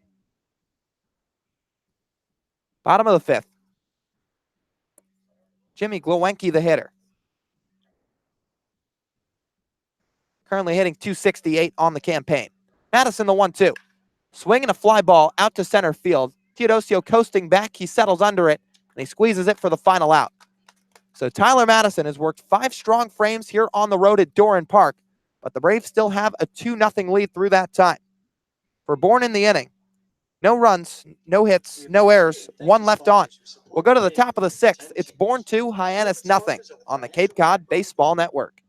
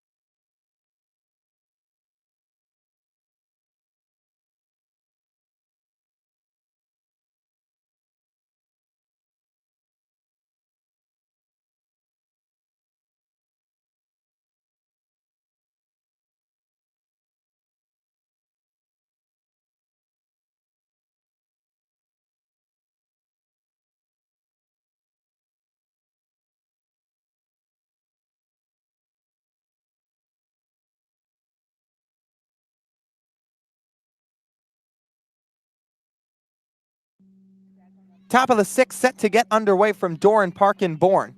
And with the Braves leading 2-0, Harvey Shapiro opts to go to his 3rd arm of the game, 2nd out of the bullpen. It'll be the lefty J.P. Woodward out of Lafayette College, set to face Hunter Goodman, Jared DeSantolo, and Ian Fair, the 4, 5, 6 in the order. And Woodward's got a chance now to get over his nightmares. As he fires the first pitch out of the windup home, it's good for a strike to Goodman. Woodward just recently faced these Harbor Hawks.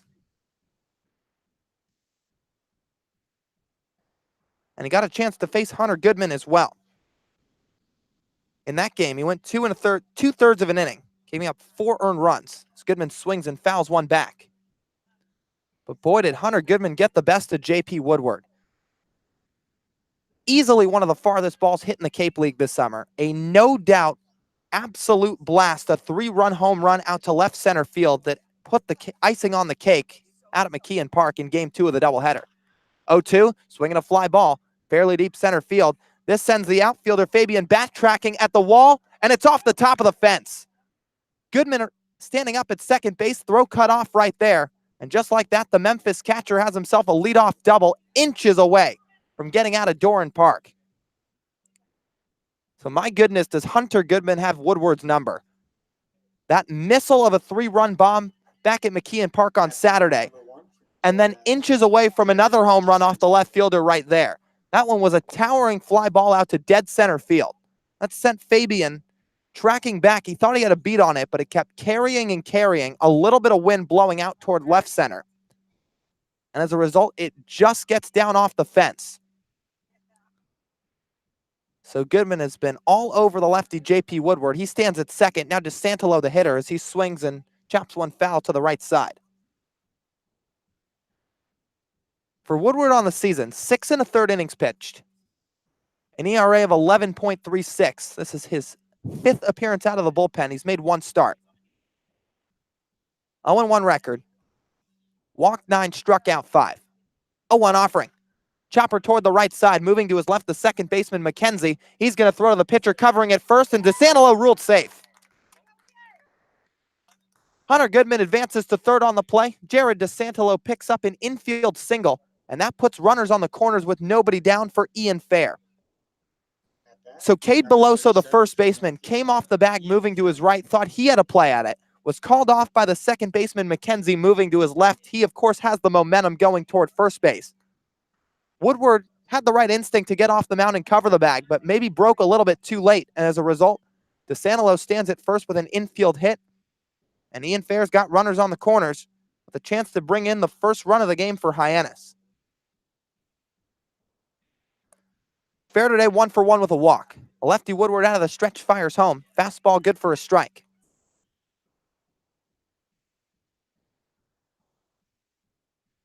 Hunter Goodman stands at third. He's fresh off recording his 5th double and 9th extra base hit of the summer. DeSantolo stands at first after picking up his 24th hit as Fair watches a fastball down. 1-1 the count. Ian Fair getting the start tonight at first base, back in his 2nd stint with Hyannis this summer. Woodward, the lefty, checks the runner, comes home. Swinging a ground ball left side, through the gap, a base hit. Goodman scores from third, DeSantolo up to second, and Ian Fair, his first RBI of the summer, and it makes it 2-1 Bourne. So Fair just gets a solid piece of it. Slaps it to the left side. The third baseman, Glowinski, gave an effort moving to his left, but it skips through that 5-6 gap. And that's going to make it 2-1 Bourne, as Rigsby Mosley is going to come in for a pinch hit at bat for Brooks Carlson. So Brooks in the designated hitter spot tonight. His night ends after going 0 for 2. So Rigsby Mosley is going to come in as the hitter and face the left-handed hitting J.P. Woodward.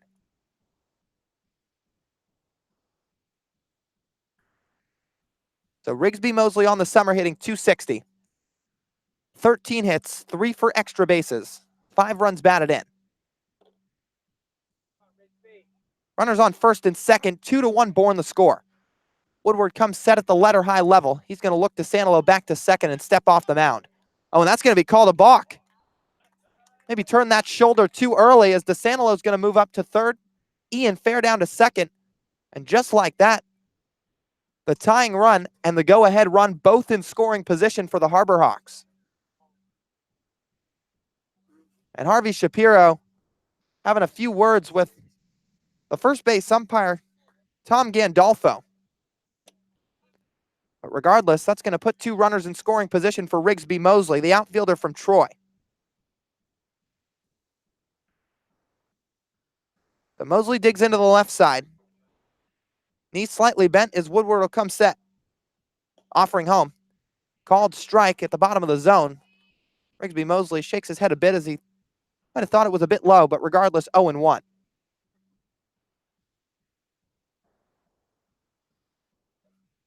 So Rigsby puts the bat on his left shoulder. Lefty Woodward comes home. Fastball low and away. Count evens at 1-1. Mosley looking to bring home a couple runs and give Hyannis their first lead. It's 2-1 Bourne. Each ball club with 5 hits. Woodward gazing down the hitter Mosley. And now he comes set, delivers the 1-1. Breaking ball low and away, gets just to the left of the catcher Greer, but no advancement from either runner as he smothers it. The Rigsby Mosley a 2-1 count. And this kid can really hit when he's away from McKeon Park. We've talked about the team aspect of their road batting totals, but Rigsby Mosley as a whole, 9 for 22 as he swings and slaps one foul off the screen. 9 for 22, that equates to a .409 average when playing on the road. He's got a 2-2 count with nobody down.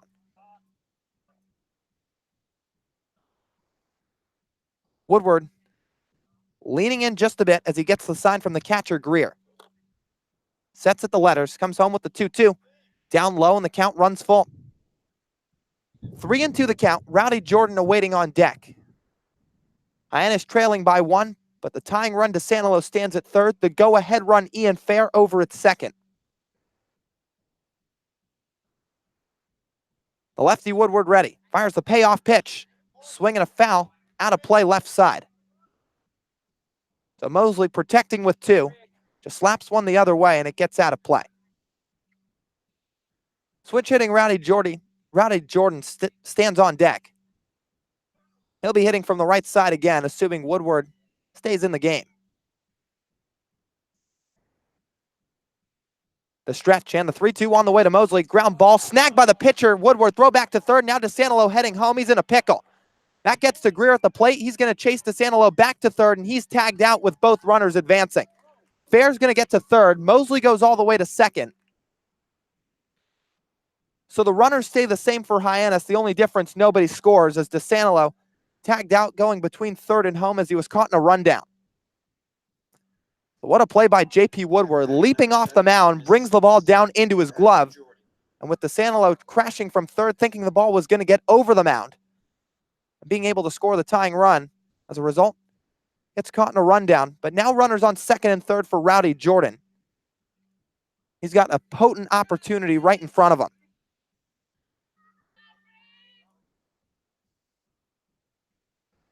Rowdy Jordan today sits 1 for 1 with a walk. Now the pitch from Woodward up high, and it's 1-0. He's going to peel down to first, but does not go around.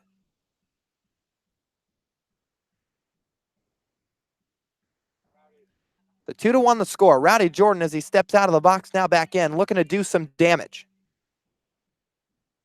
Rowdy with 2 RBIs on the season. 1-0. Fastball catches the inside corner, and it's 1-1.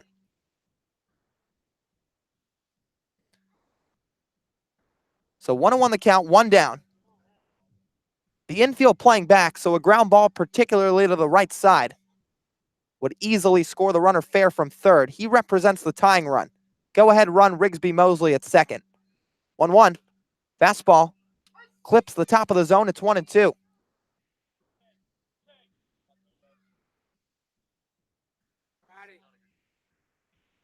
So 1-2 the count. 2-1 Bourne the score in the top of the 6th. 5 hits for each side. Woodward, the lefty, working from the stretch. He comes home the 1-2. Swinging a foul back, and Rowdy Jordan fights it off to stay alive.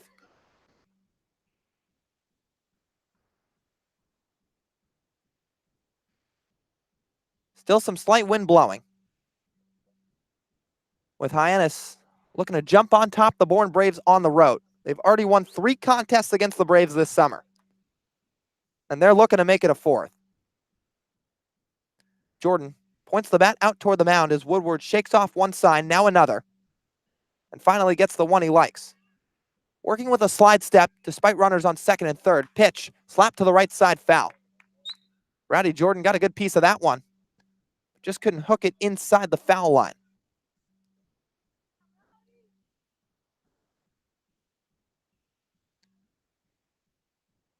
He steps out, adjusts his batting goggles for a second, now his pair of gloves as well.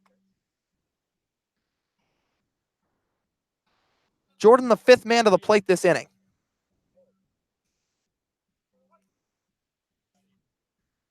Play set back in by home plate umpire Sam Finn. 1-2 with one out with the infield back. Sun's still setting here at Doran Park. Pitch, swing and a miss. Rowdy Jordan strikes out for the second out of the frame. And J.P. Woodward gets a big out to keep the tying run from scoring. This will bring up Bryce Teodosio. And he's got an RBI opportunity at hand as well. Teodosio with 3 on the season. But 2 ducks on the pond. Fair stands at third. Mosley at second.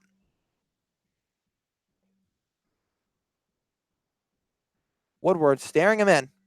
Teodosio today is 0 for 1 with a walk. Pitch. Breaking ball. Drops into the zone. Some good bite to it as it's 0-1.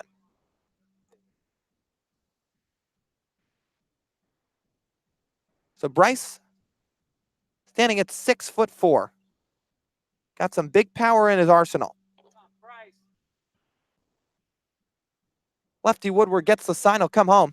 Swing and a fly ball into shallow left field. In comes Bruiser, charging hard. He eases off the throttle to make the grab.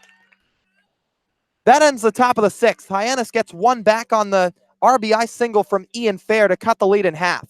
It's 2-1 Bourne, but a pair stranded on the bases for the Harbor Hawks keeps the lead on the Brave side.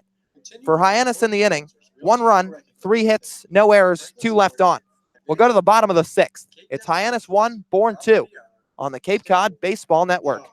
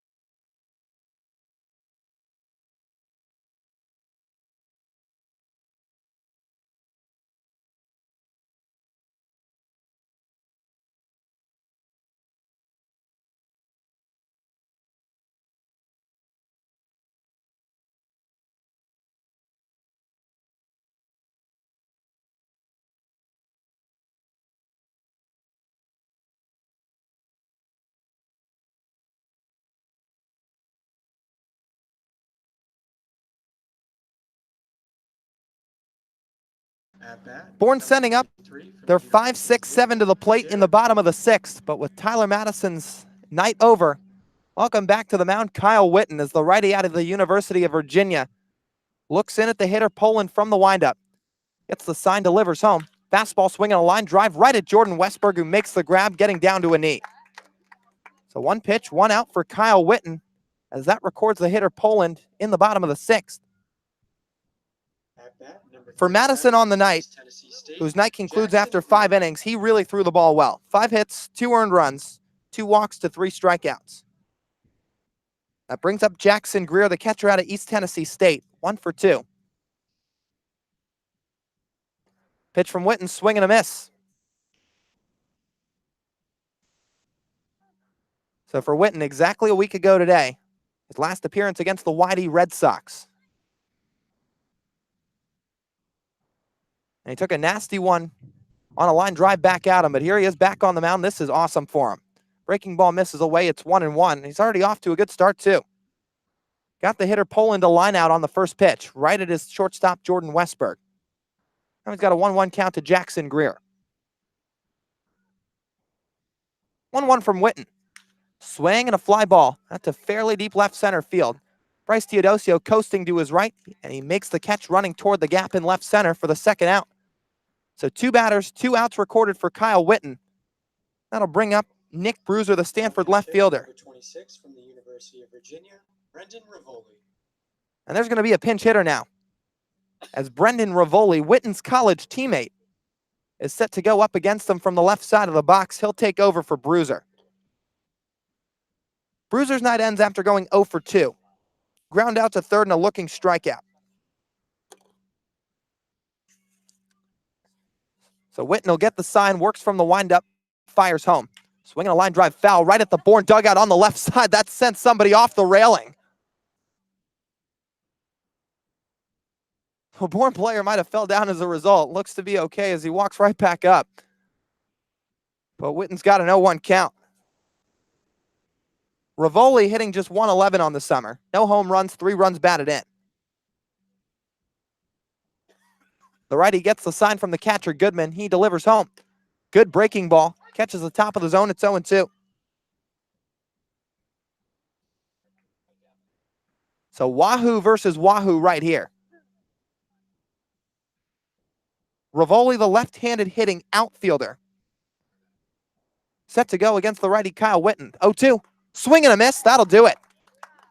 Welcome back, Kyle Witten. A 1-2-3 bottom of the 6th inning. Sets down the Bourne lineup in order. And the score stays 2-1 just like that. Witten gets a big hug from assistant coach Travis Poole. High fives all around as he makes his way back to the first base dugout.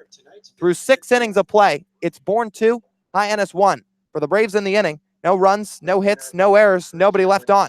We'll go to the top of the 7th when we come back on the Cape Cod Baseball Network.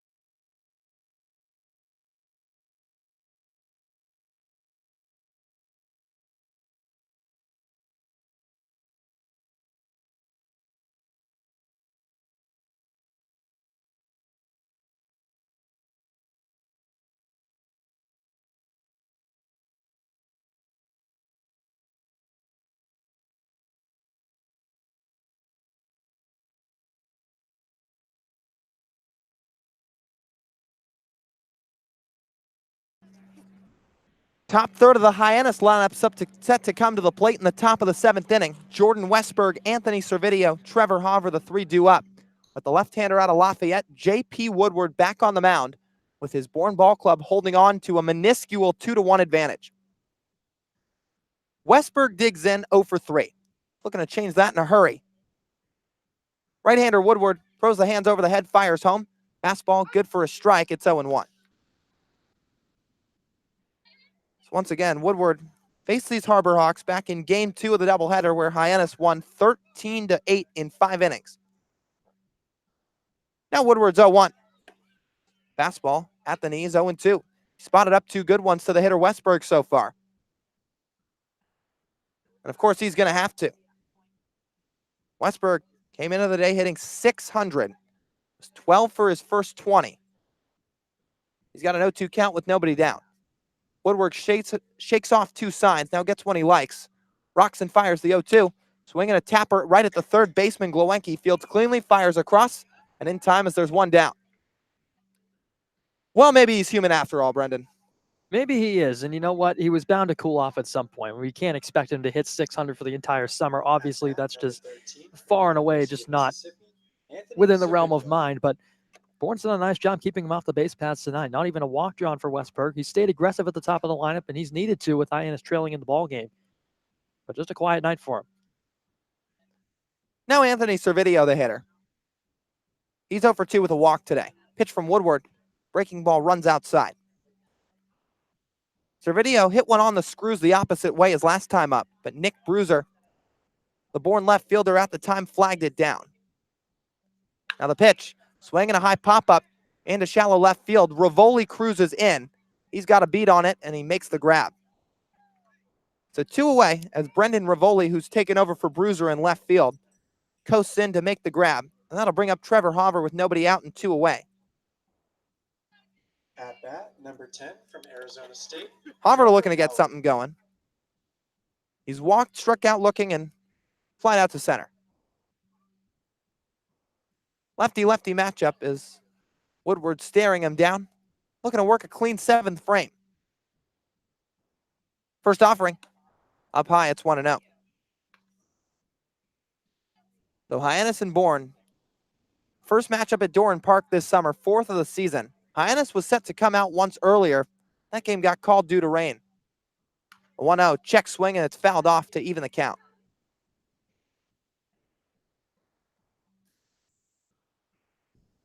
Hauver, 11 RBIs on the summer. Of course, 7 of them came in that one game against Falmouth. 1 for 4 last night. Now the 1-1 from Woodward. It's up high, 2 balls, 1 strike. Hyannis had something going in the top of the 6th. The first 3 hitters reached base on hits. Hunter Goodman double, Jared DeSantillo single, and an Ian Fair RBI single. But after that, fielder's choice, a strikeout and a flyout ended the frame. Now the 2-1 way upstairs. It brushes Hauver off the plate a bit. It's 3-1.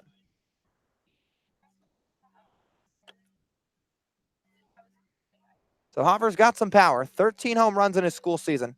1 last year for Hyannis, 1 this season. 3-1. Swing and a pop-up. That's going to find the seats down the left field line. So 3-2 the count with 2 away. Hunter Goodman awaits on deck if we get there. Hauver looking to get something going. 3-2 from Woodward. Upstairs, and he loses Hauver. Trevor draws his 17th walk of the summer as he stands up at first with 2 away for Hunter Goodman. At bat, number 23. He really just works counts well, doesn't he, Brendan? He absolutely does. And, we saw the 4-walk game in Orleans about a week ago. And tonight, Hauver drawing another walk. It's his 2nd of the night, so picking up a couple more free passes tonight. He's been an on-base machine over the course of the last couple of games, and the average doesn't really do him justice. But he's been aboard time and time again for Hyannis. Goodman now the hitter. Offering down low with a breaking ball from Woodward. It's 1-0. So we'll see how the 3rd time around goes between these two. Boy, has Goodman jumped all over Woodward the first 2 tries. Can't blame him for starting him off with a breaking ball. Another 1-0. Fastball ripped down the left field line, foul. He timed that one up pretty good, just a little bit in front of it. He took a big hack at that one and sent it on the ground in foul ground past Chad Gassman. But you can put some money on that one. He was trying to go yard with that swing. Got one off the wall and dead center the last time up. Goodman, his double back in the 6th was his 9th extra base hit of the summer. Now the stretch in the 1-1. Down low, 2 balls, 1 strike. The time called. Goodman with some serious light tower power has a chance to, with one swing of the bat, give Hyannis the lead. And a little bit of tale of two opposites between the man on the base paths and the man at the plate. Hover at first, he's got 17 walks on the summer. Goodman with just one so far. Offering swing and a high pop-up right side, that's going to get out of play. But what Goodman hasn't put together with the walks, he sure has with the power. Again, he has 9 RBIs in his last 5 games.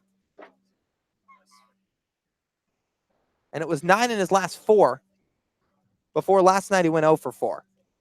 2-2 with 2 away, 2-1 Bourne the score. Pitch, swinging a high pop-up on the infield right side. That's going to chase the second baseman, McKenzie, back now in, moving to his right, and he makes the play towards second base to end the inning. So through 7 frames, Hyannis has just one, none in this inning, as a 2-out walk for Trevor Hover. Doesn't go for much else. For Hyannis in the inning, no runs, no hits, no errors, 1 left on. We'll go to the bottom of the 7th. When we come back, it's Bourne 2, Hyannis 1 on the Cape Cod Baseball Network.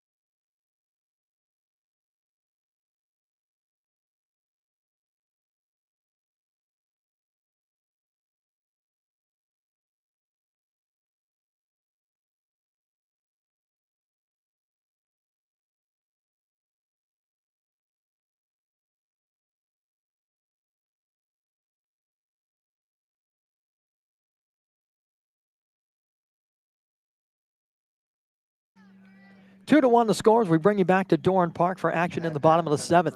The hometown Braves back to the plate. Owners of a 2-1 lead. It's Kyle Witten back to the mound for Hyannis in his second full inning of relief. He worked a clean 3 up, 3 down, 6th inning against these Bourne Braves.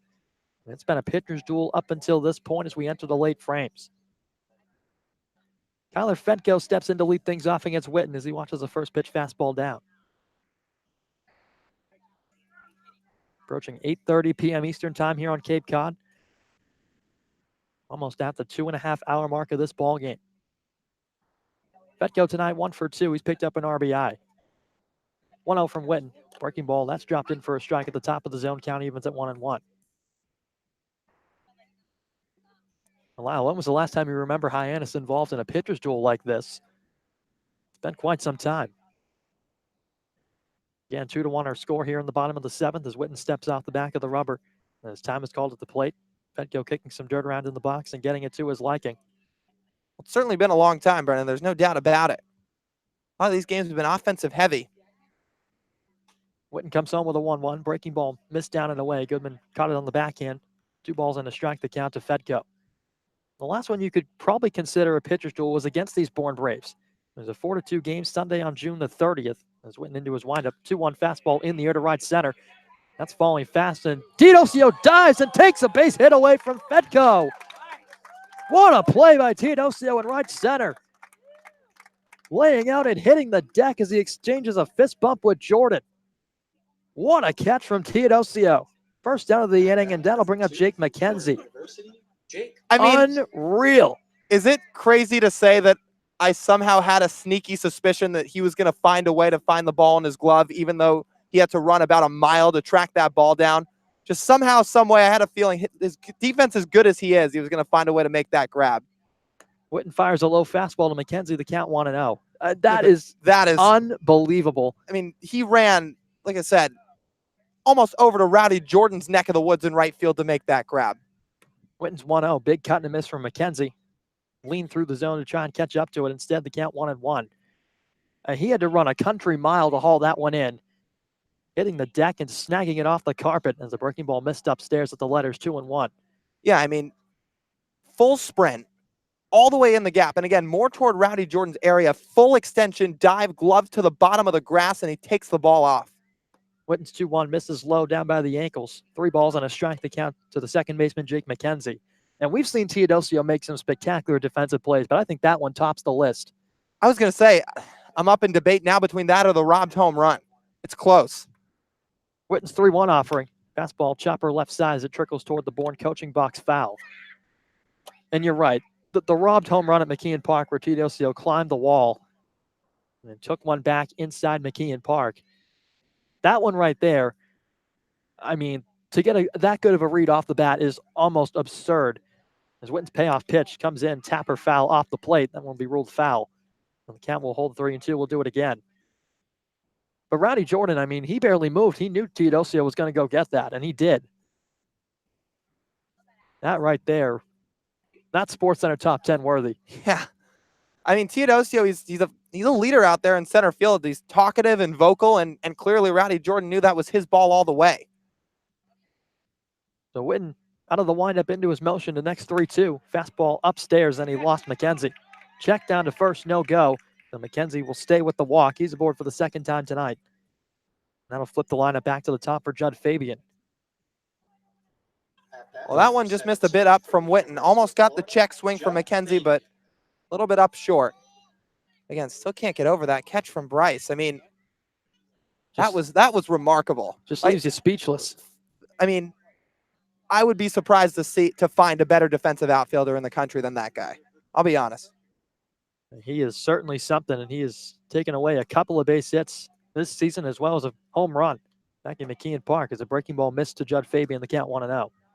Runner aboard with one down for Bourne here in the bottom of the 7th. But again, Bryce Teodosio stealing the spotlight here in this frame.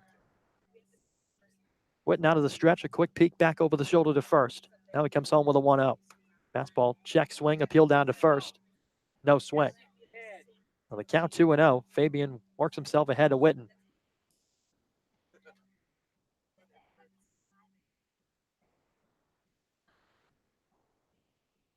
So 2 balls and no strikes as Witten hides the ball behind his back. Now comes set into the glove. Spinning a fire back to first. In head first, McKenzie. And Lyle, you might remember somebody by the name of Jackie Bradley Jr., who was once here at Hyannis, back when it was the Hyannis Mets before making the transition to the Harbor Hawks. He is now the defensive center fielder for the Boston Red Sox, who again could draw some comparison from Teodosio. 2-0 downstairs, count runs 3-0. Fabian's worked himself well ahead. And it's worthy to look at, too, because Jackie Bradley struggles with the bat a bit, but he's known for his defense.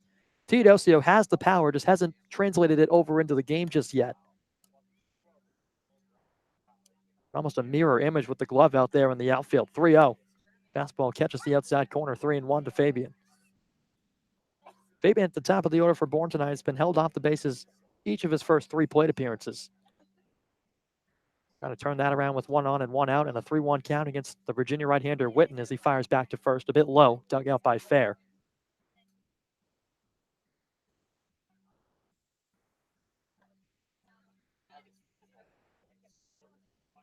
So Witten back to the rubber. Fabian waves the bat toward him a few times. Short lead from McKenzie off the bag at first. Here comes Witten with a 3-1. McKenzie takes off. Fastball sent in the air toward Teodosio again in center. He's got it lined up. Waiting on it. He'll make the catch. 2 down now. Runner retreats back to first. The throw comes in to Fair. Teodosio thought he might have a shot to work the arm that time and get McKenzie back at the bag at first, but he's in standing. Well, that would have been quite the inning. Diving catch in the gap, maybe the best play we've seen all summer defensively, and then if he somehow followed it up by doubling off a runner from center field, but the runner, McKenzie, retreating with plenty of time. Now, Chad Gassman's on his way out to the mound. Rest of the infield will join him as well as Goodman. He's already made the signal down to the bullpen. So Witten's day will conclude on the mound. He exchanges glove taps with the rest of his infield teammates. And a great return outing for Kyle Witten on the hill. Gassman will take the ball away. We'll have a pitching change here from Doran Park on the other side at the break when we return on the Cape Cod Baseball Network.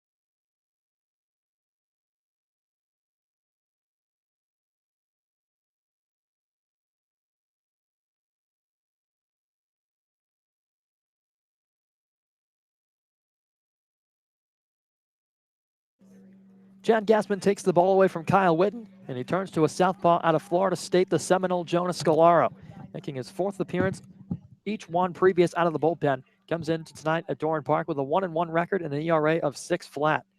He's tossed 6 innings of work so far in a Hyannis uniform this summer. He inherits a 2-out, 1 aboard situation. Jake McKenzie over at first, and Cody Morissette the hitter. Courtesy toss over to first before his first offering. Back in standing Jake McKenzie, and Bryce Teodosia really just stealing the show here in this inning. Robbed Kyler Fetke of what was perhaps a ball that was headed for the alley. First pitch from Jonah. Fastball catches the inside corner for a strike. Lefty-lefty matchup here with Jonah and Morissette.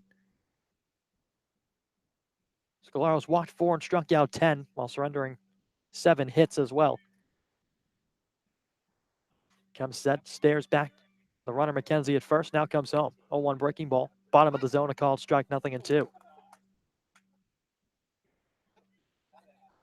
Now Morissette tonight's been on twice. Single in the first inning and walked in the 5th. Sandwiched in between that, a 3 unassisted ground ball to Ian Fair at first.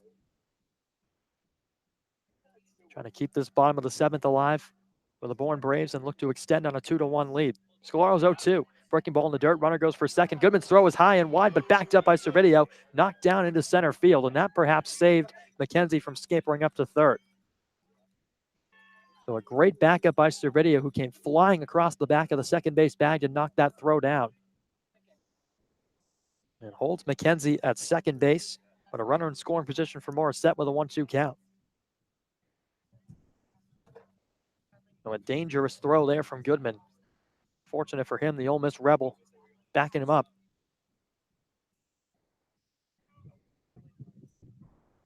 Scalaro ready, looks back to second, a 1-2 offering. In the dirt again, Goodman scoops it up between the legs. 2 balls, 2 strikes. Cade Beloso, who's been kept quiet tonight, he waits in the on-deck circle. Deuce is wild in the bottom of the 7th. Teams even in the hit column at 5 apiece, but Bourne ahead in the column that matters. They lead at 2-1. Scalaro's 2-2. Fastball again in the dirt, knocked down by Goodman. This time McKenzie takes off for third without a throw. He'll get there standing. So McKenzie wasting no time. Saw that Scolaro was going to spike it in the dirt, taking off for third. And he gets there standing 90 feet away from making this a 3-1 ball game. And the count filled up here to Morissette as he steps back in. So Scolaro working into some trouble in the first batter he faces out of the pen. Glove in front of the face, winds and deals a payoff pitch. Fastball on the ground towards second. Up with a cleanly served video. Toss over to first in time, and that gets high. So Bourne strands our runner at third. It was Jake McKenzie who drew the walk. And it's still 2-1. Hyannis back to the dish in the top of the eighth, trying to strike back and tie the ball game or take the lead when we return on the Cape Cod Baseball Network.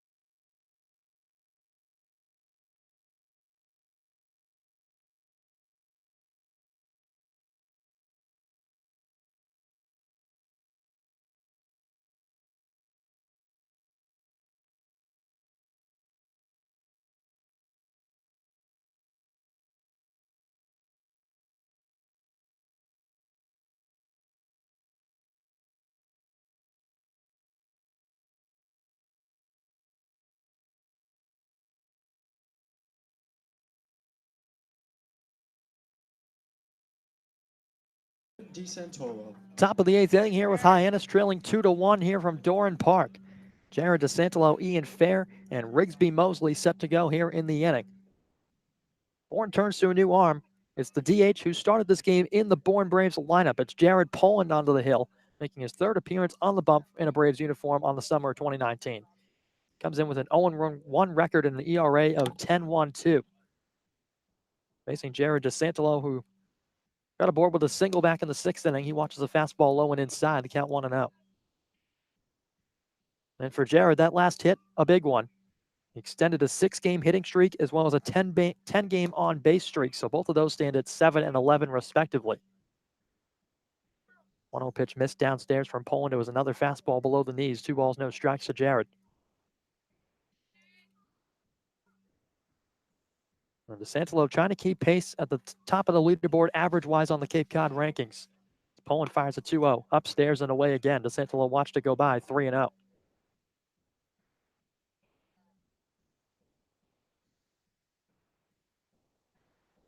Rail offering to Jared downstairs and inside. Spiked up to the plate. Greer knocked it down, so DeSantolo was aboard for the second time tonight, and the second time in as many plate appearances. He's down to first base with a leadoff walk. That'll set the table for Ian Fair. Also been aboard 3 times tonight by way of a couple singles and a walk as well. Standing here with a runner on and nobody out in the top of the 8th inning. So Hyannis trying to strike back. DeSantolo's average under 370 now at 369. Of course, Zach DeLoach, who Hyannis saw last night with the Falmouth Commodores, up at the top of the league rankings. He's just a stat sheet stuffer. Fastball catches the top of the zone from Poland into Ian Fair below the letters. Count 0-1. And Fair, for his rather small sample size so far on the summer, he's hitting 500. Jam-packed in the middle of the Hyannis order with batting here with 1 on, nobody out. DeSantolo creeping out to a short lead at first. Poland fires home. Fastball downstairs. Count pulls even 1-1. And again, we talked about the big game feel as we open the broadcast tonight here from Doran Park. This is one Hyannis is going to need standings-wise and momentum-wise. They trailed Bourne coming into the night by 7 points. 18 for the Bourne Braves, 11 for Hyannis. 1-1 to Fair. Cut and a miss through a big fastball. About belt level. Count moves to 1-2. And Hyannis has taken all 3 matchups up to this point tonight with Bourne.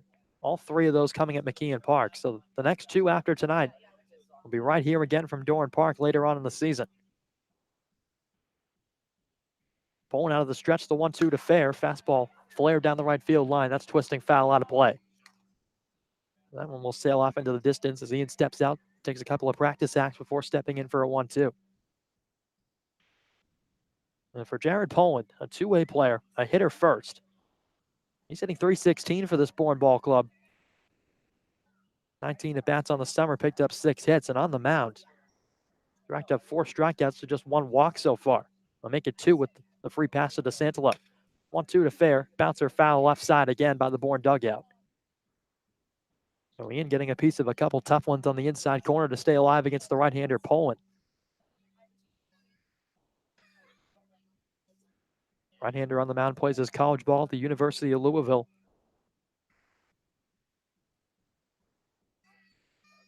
So Ian Fair at the plate, battling with the ball in 2-strike count. DeSantolo aboard at first, nobody out. Hyannis half of the 8th. The pitch, breaking ball again. Tapper foul straight back off the brick wall that resides here at Doran Park. Hyannis is locked in a good one. Low-scoring ball game, but a bit of a lengthy one. Approaching the 2-hour and 40-minute mark as it's 8:41 p.m. Eastern time. This game started at 6:04 was first pitch. 1-2 to Fair. Fastball, that one bouncer back up the middle, past the glove of the shortstop Morissette into center field, a base hit. Stopping at second base, Jared DeSantolo as Hyannis goes station to station. Ian Fair pokes one through the middle for a base hit. That's his 3rd of the night. Have yourself a day, Ian Fair. Picked up 3 hits, racked up an RBI, and he's reached base 4 times. So Ian Fair finds himself aboard, 2 on, nobody out, and Hyannis has something cooking here in the 8th inning.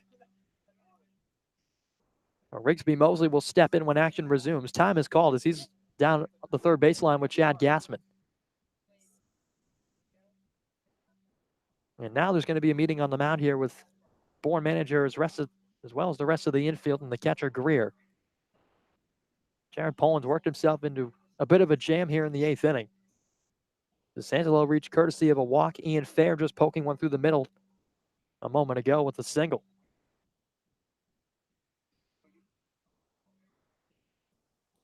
Sam Finn has made his way out from behind the plate. He's on his way to the mound to try and break up the conference. Rigsby Mosley will be the hitter. Chad Gassman having conversation behind the home plate area.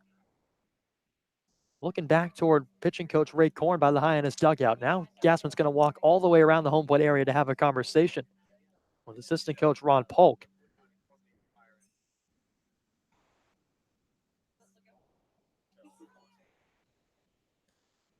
I'm not sure what Gassman and Polk are discussing here as Gassman is walking back toward his third base coaching spot.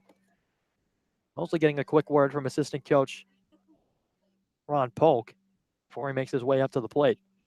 Again, a 2-1 game. Hyannis has now out-hit Bourne 6-5. Rigsby Mosley stepping in. And for Rigsby, 1-for-1. He doubled in his first plate appearance in the 6th inning. A guy who's been swinging a hot bat as of late, and certainly one you want at the plate with a man in scoring position. Righty-lefty matchup here with Poland back on the hill. Conference was perhaps just to settle down the two-way player. Mosley squaring to bunt. First pitch and a fastball low. Poland back the count 1-0.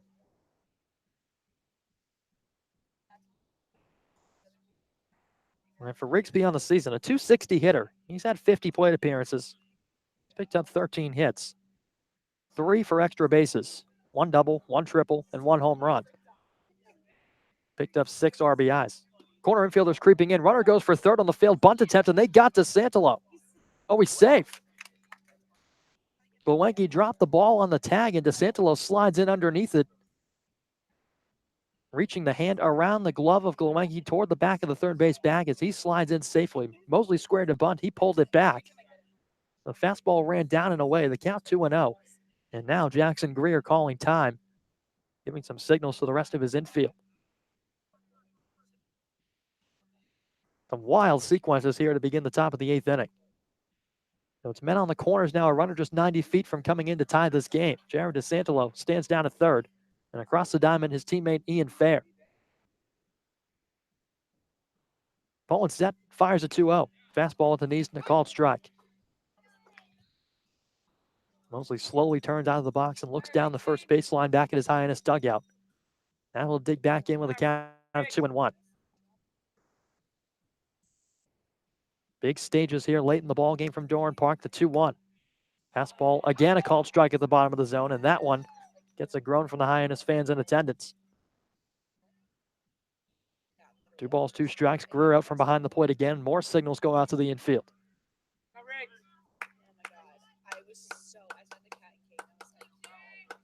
2-1 the score. Bourne out in front here at home at Doran Park. Hyannis threatening here in the 8th inning. Men on the corners, nobody away for Rigsby Mosley. The 2-2 from Poland. Fastball roped down the third base side, but clanking foul off the fence and foul ground.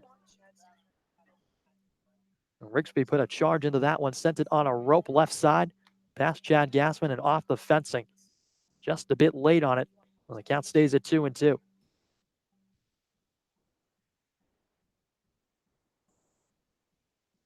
Rigsby trying to find a gap and bring home the tying run and pick up an RBI. The 2-2. Chopper back up the middle toward the shortstop. Morissette flips to second for one. Back to first, not in time. Mosley beats it out, and the run comes in to tie the ball game. Well, Mosley beats out a fielder's choice, brings home Jared DeSantolo to tie the ball game at 2 apiece. At bat, number So 7. Ian Fair is erased at second base. Rowdy Jordan. Rigsby Mosley beats it out down the first baseline. He picks up his second RBI of the game and his 7th of the summer.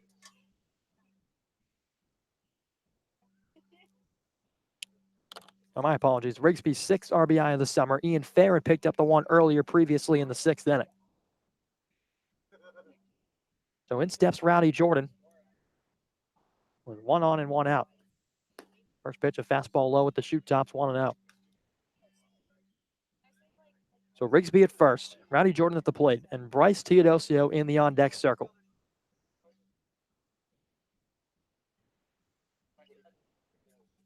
One ball and no strikes as Poland stares down at Greer for a sign. Glove dangling in front of the left leg as he comes set at the chest. Spinning a fire back to first, in safely head first, Mosley. So Teodosio hoping for a shot here in the 8th inning. Double play still in effect. Teodosio trying to match with the bat what he's done with the glove in this ball game so far. Mosley waving the bat above his left shoulder as he awaits a 1-0. Here's the pitch. Fastball inside. Dusting Jordan back off the plate a couple of inches. 2-0 the count. Bourne struck for 1 in the 3rd, 1 in the 4th. Hyannis 1 here in the 8th and 1 a couple innings back in the 6th. Blue and orange threatening for more here in the top of the frame. A 2-0 count to Jordan. Delivery. Fastball popped up left side, drifting back out of play by the press box. That one will sail back up onto the concourse. 2 balls and a strike to Jordan, who tonight been aboard twice, walked and singled as well as punched out once. Bryce Teodosio, a similar line. He's got the walk and the strikeout, but he flew out to left in the 6th. Rowdy Jordan trying to get things going with the bat again as he watches a 2-1 fastball run outside. 3-1 the count to the left-handed hitting Mississippi State Bulldog.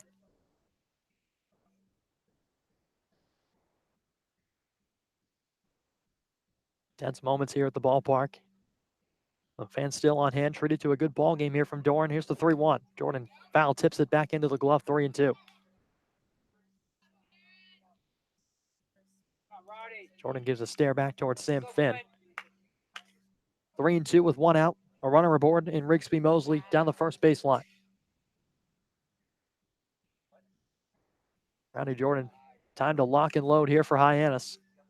Trying to take the lead in the late frames here against Bourne. Eyeing for their 4th win against the Braves ball club as a 3-2 comes in. Jordan spoils it foul way up over the left side off the school building. The count stays 3-2 to Rowdy. Came into the night under 100 at .98 to be exact. Had 2 RBIs on the season.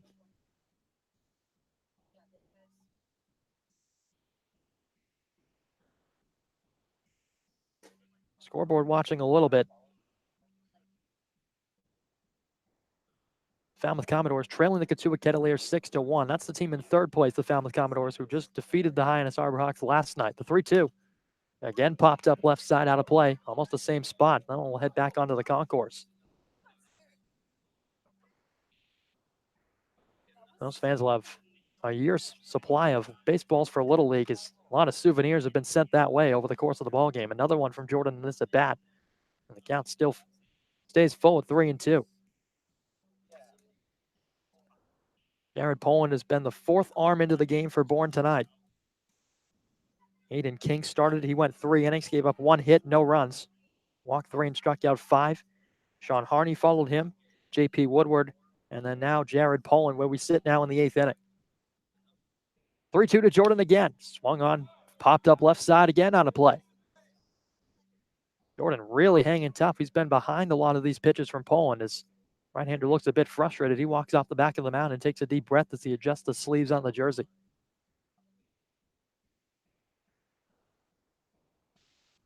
So Mosley still down at first base, responsible for the RBI that tied the ball game up 2 apiece.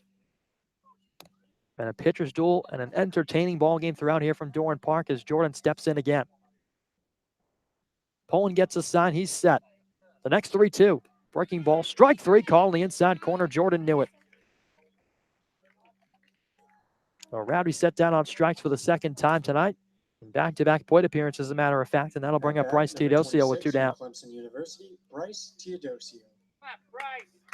So Bryce trying to match what he's done with the glove with the bat right here in the 8th inning. 1 on, 2 down. 2-2 ball game as the Clemson Tiger takes his spot in the right-handed box.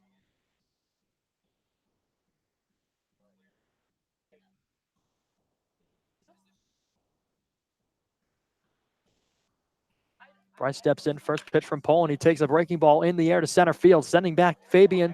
He's toward the wall, and he makes the grab on the run over the shoulder.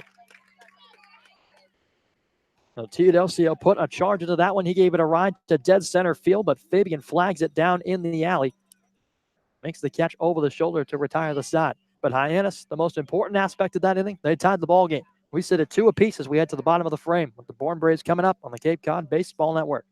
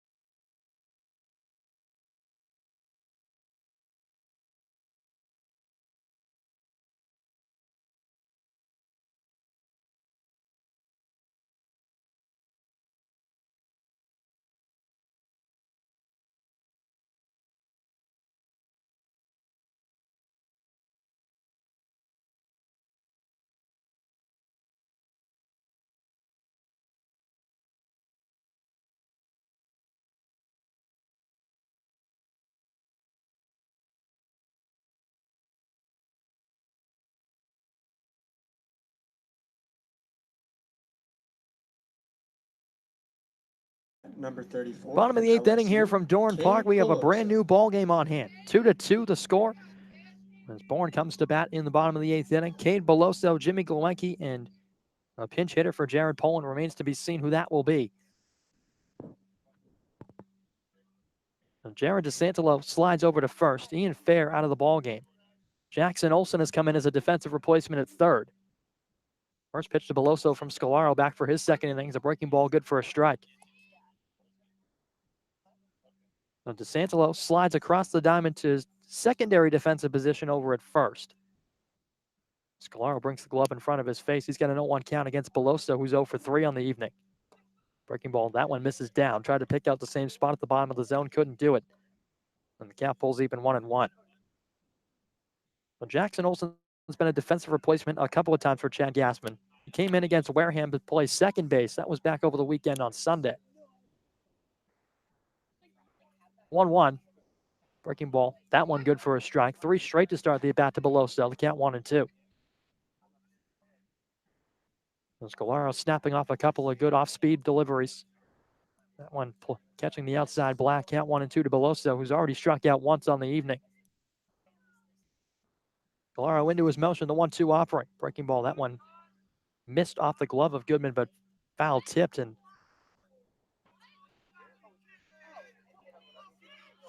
I believe they're going to rule that one might have hit Beloso.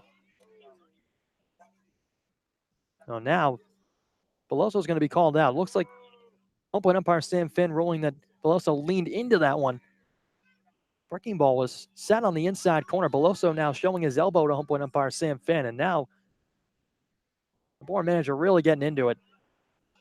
He came down from the third baseline, but just had a quick word for Sam Finn as Beloso was set down. So At bat, number 4 from Dallas Baptist Beloso was set down for the 4th Jimmy time Bourne. tonight. Ruled that he leaned into it, called out on the pitch. Been a confusion on the field for a moment. Hunter Goodman just missed the ball. He looked a bit bewildered behind the plate.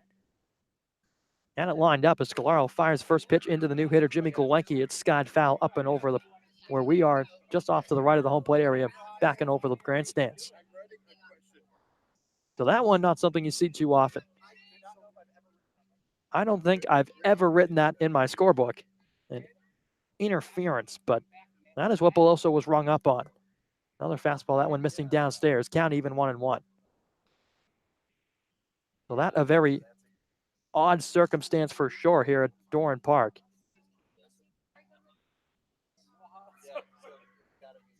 That one, not something you write in the scorebook every so often. Scolaro's 1-1. Breaking ball, that one at the letters, but just high. The count moves 2 balls and 1 strike. Glewenke tonight, he's 1 for 3. He doubled in the 4th and came around to score one of the 2 runs that Bourne has mustered up.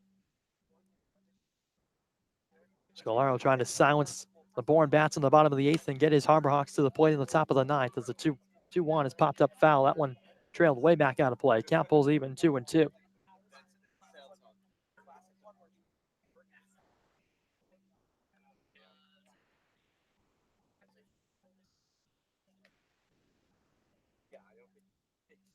So Scolaro into his motion. He's ready for a 2-2. The pitch in the dirt. Count swells full. A 2-2 ball game late here in Bourne, Mass. We approached the 9 o'clock hour. This game started just past 6 o'clock. So almost at the 3-hour mark. Not a lot of offense. It's been a lot of defense and some spectacular plays from the fielders all around. Scolaro's payoff pitch. Breaking ball. Punch straight back to the netting off the screen. Glewenke, a .261 hitter on the year entering the night. He's picked up 1 hit in 3 appearances to the plate so far. This is his 4th, trying to jumpstart something for Bourne here in the 8th with nobody on and 1 out. Scolaro's next 3-2. Fastball upstairs, and he walked him. When Glewenke tosses the bat back, he'll head down to first with a 1-out walk. And striding up to the plate is Jared Poland. At bat, number 23 from the University of Louisville, Jared Poland. So Poland, who came in to pitch in the last frame for Bourne, steps in now against the left-handed pitching Scolaro.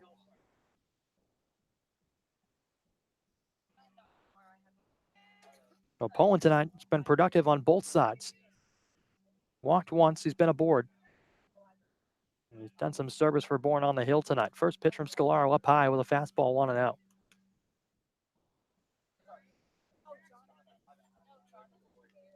Well, Jonah plays his college ball at Florida State as a member of the Seminoles.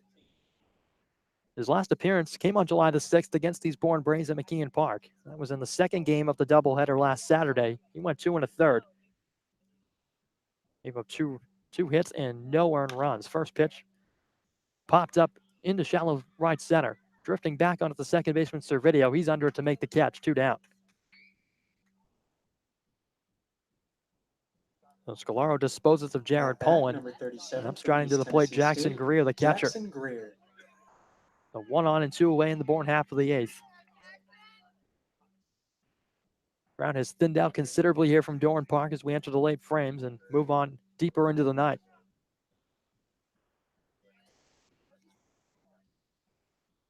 And Greer trying to do what he can to extend this bottom of the 8th for the Bourne Braves. Time is called. Runner back to first, and Greer takes a step out to adjust the gloves. DeSantolo holding the runner aboard at first base. That's Jimmy Golenke. Jackson Olsen across the diamond, playing a bit back and hugging the line considerably. Both the middle infielders playing back. First pitch to Greer, popped up right side. That one in play. DeSantolo racing back toward the fence, and it will fall harmlessly. So the count 0-1. Greer went after a fastball low and away, got under it, skied it down the first baseline. DeSantolo as well as Rowdy Jordan in right field both gave it a look. Neither one could hustle and make the play down the line.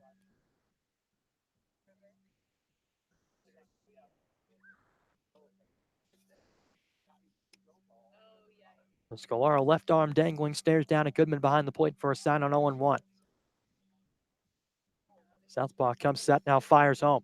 Fastball, that one off the end of the bat, a flare shot into center, a base hit. Stopping at second base, the runner Golenke. He's into second base safely, and Jackson Greer aboard for the second time tonight. He's got himself another base hit. So Greer double back in the second inning. Singles here in the 8th, and that extends the inning for another pinch hitter. So Bourne turns to another bat off the bench. That's going to bring up Xavier Warren. So Xavier has seen the Hyannis Harbor Hawks a trio of times. All 3 of the games featured at McKeon Park, he was a part of. And Warren digs in place of Brendan Rivoli, who came on for Nick Bruiser earlier in the ball game. He'll face Scalaro here in the 8th inning with 2 down and a runner aboard. Scalaro will look back towards second. Now he comes home. Breaking ball. That one dropped in on the outside corner for a strike. So for Xavier Warren on the season, plays his college ball at Central Michigan University. He's racked up a .250 clip for the Bourne Braves this summer. 20 hits and 80 at-bats. 6 of those 20 hits for extra bases. 4 doubles, 2 home runs, 14 RBIs.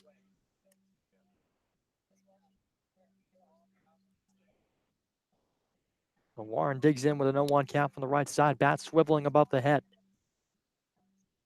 Scalaro a long stare back to second. Now comes home. Breaking ball over the top of it is Warren. He's down 0-2.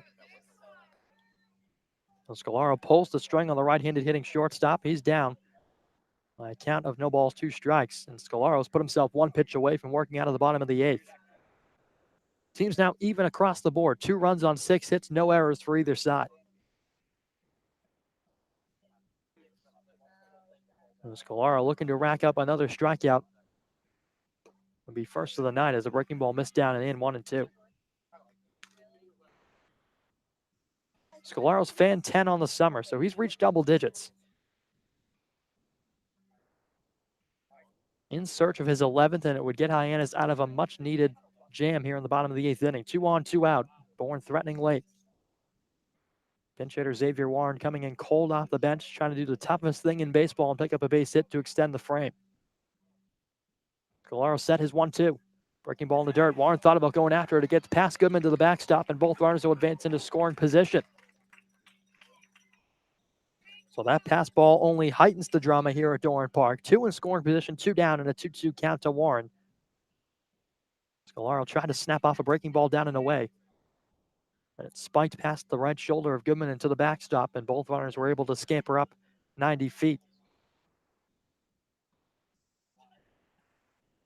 Now, Goodman's been busy behind the plate trying to block these breaking balls.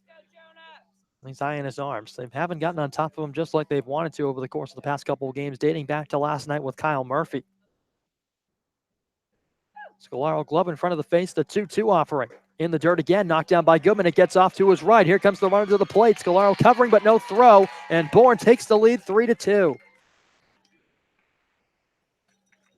Jimmy Gowenke crosses the plate on a pass ball. Scolaro spikes another one in the dirt, and it's a full count. But the run comes in to score, and Bourne takes the lead back here at home at Doran Park. Jackson Greer to third base, and now Scolaro has really worked himself into a hole.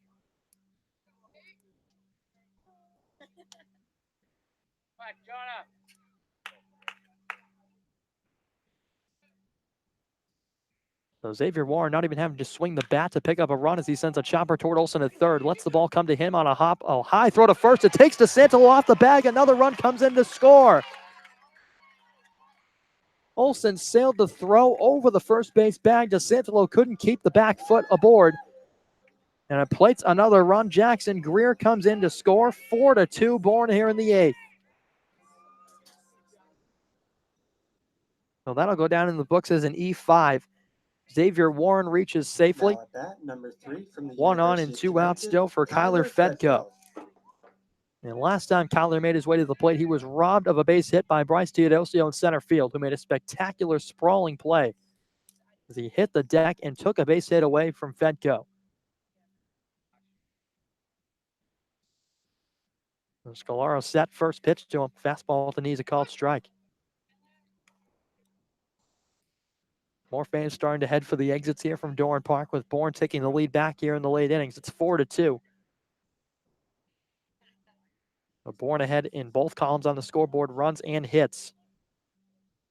They couldn't have come at a better time here late in the ballgame against the Southpaw Scolaro. Left-hander set, comes home with an 0-1. Big looping breaking ball stays high. The count evens.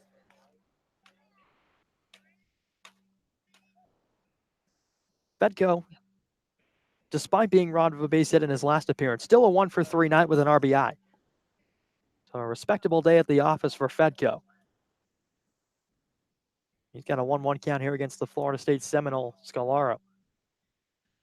Left-hander set, a 1-1. Fastball, big swing and a miss. Fedko a bit out in front of that heater. And he's down 1-2. Xavier Warren aboard at first.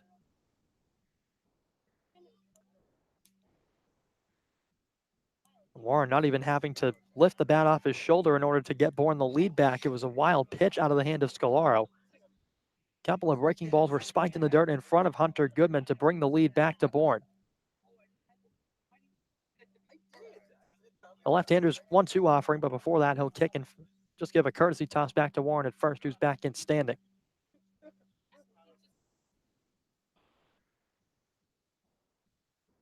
This is one Hyannis is going to need to rally from. A loss here would really put Hyannis in a hole standings-wise and points-wise. They would stand at 11 points through 25 games of the season. The 1-2, cut and a miss, strike 3. That ends the inning. Scolaro goes up the ladder and fans Fedko. Got him on a high heater, but the damage has been done. Bourne takes the lead back 4-2. Hyannis with their last cuts on the top of the ninth. Last chance from Doran Park on the Cape Cod Baseball Network.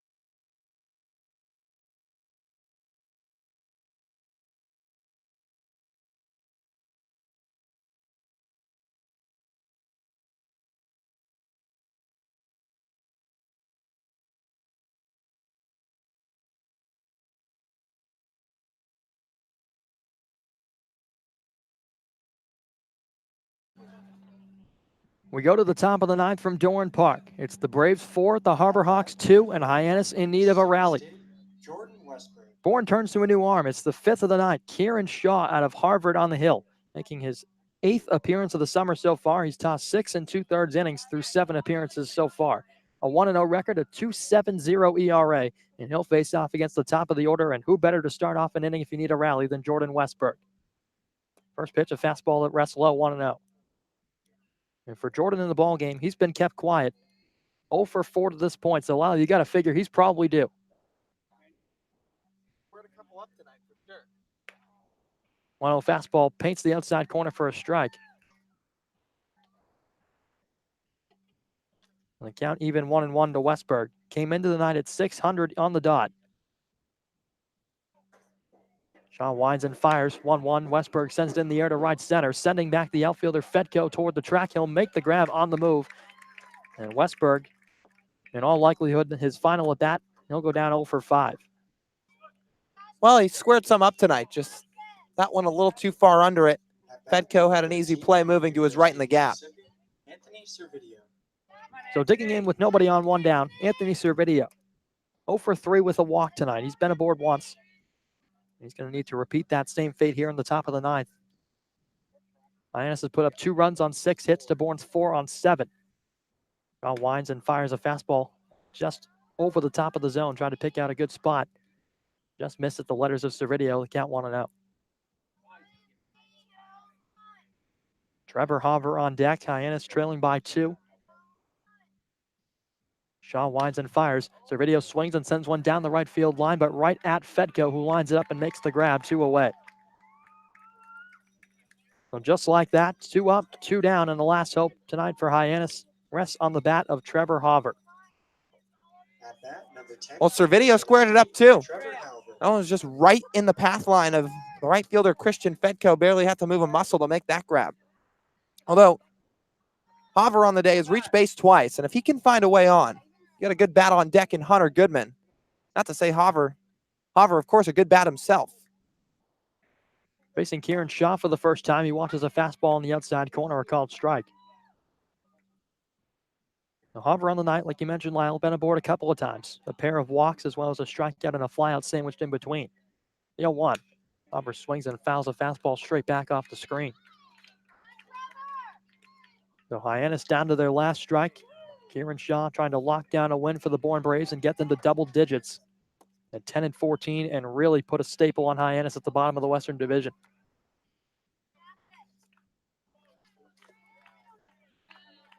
The crowd that remains in attendance to their feet here at Doran Park, the 0-2. Fastball high and away.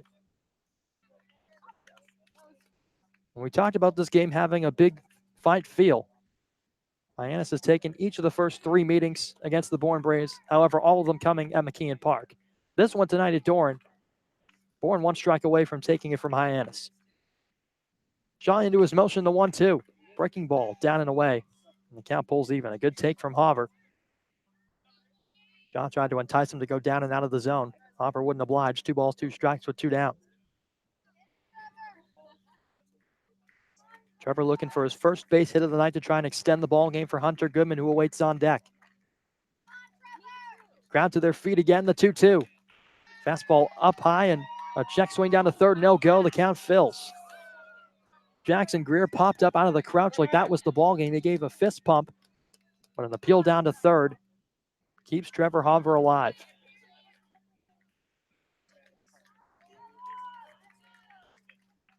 So Hoover waves the bat. He awaits the payoff pitch from Shaw. Fastball outside. He walked him.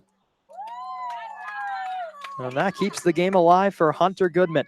The leader on the Cape in RBI steps up to the plate with 1 on and 2 down. Well, Hoover again just walks and works another really, really good at bat. Down to his final strike 4 straight times. Doesn't chase anything. That last one just away, and he knew it. Knows the zone well. And just leaves it outside to extend the ball game.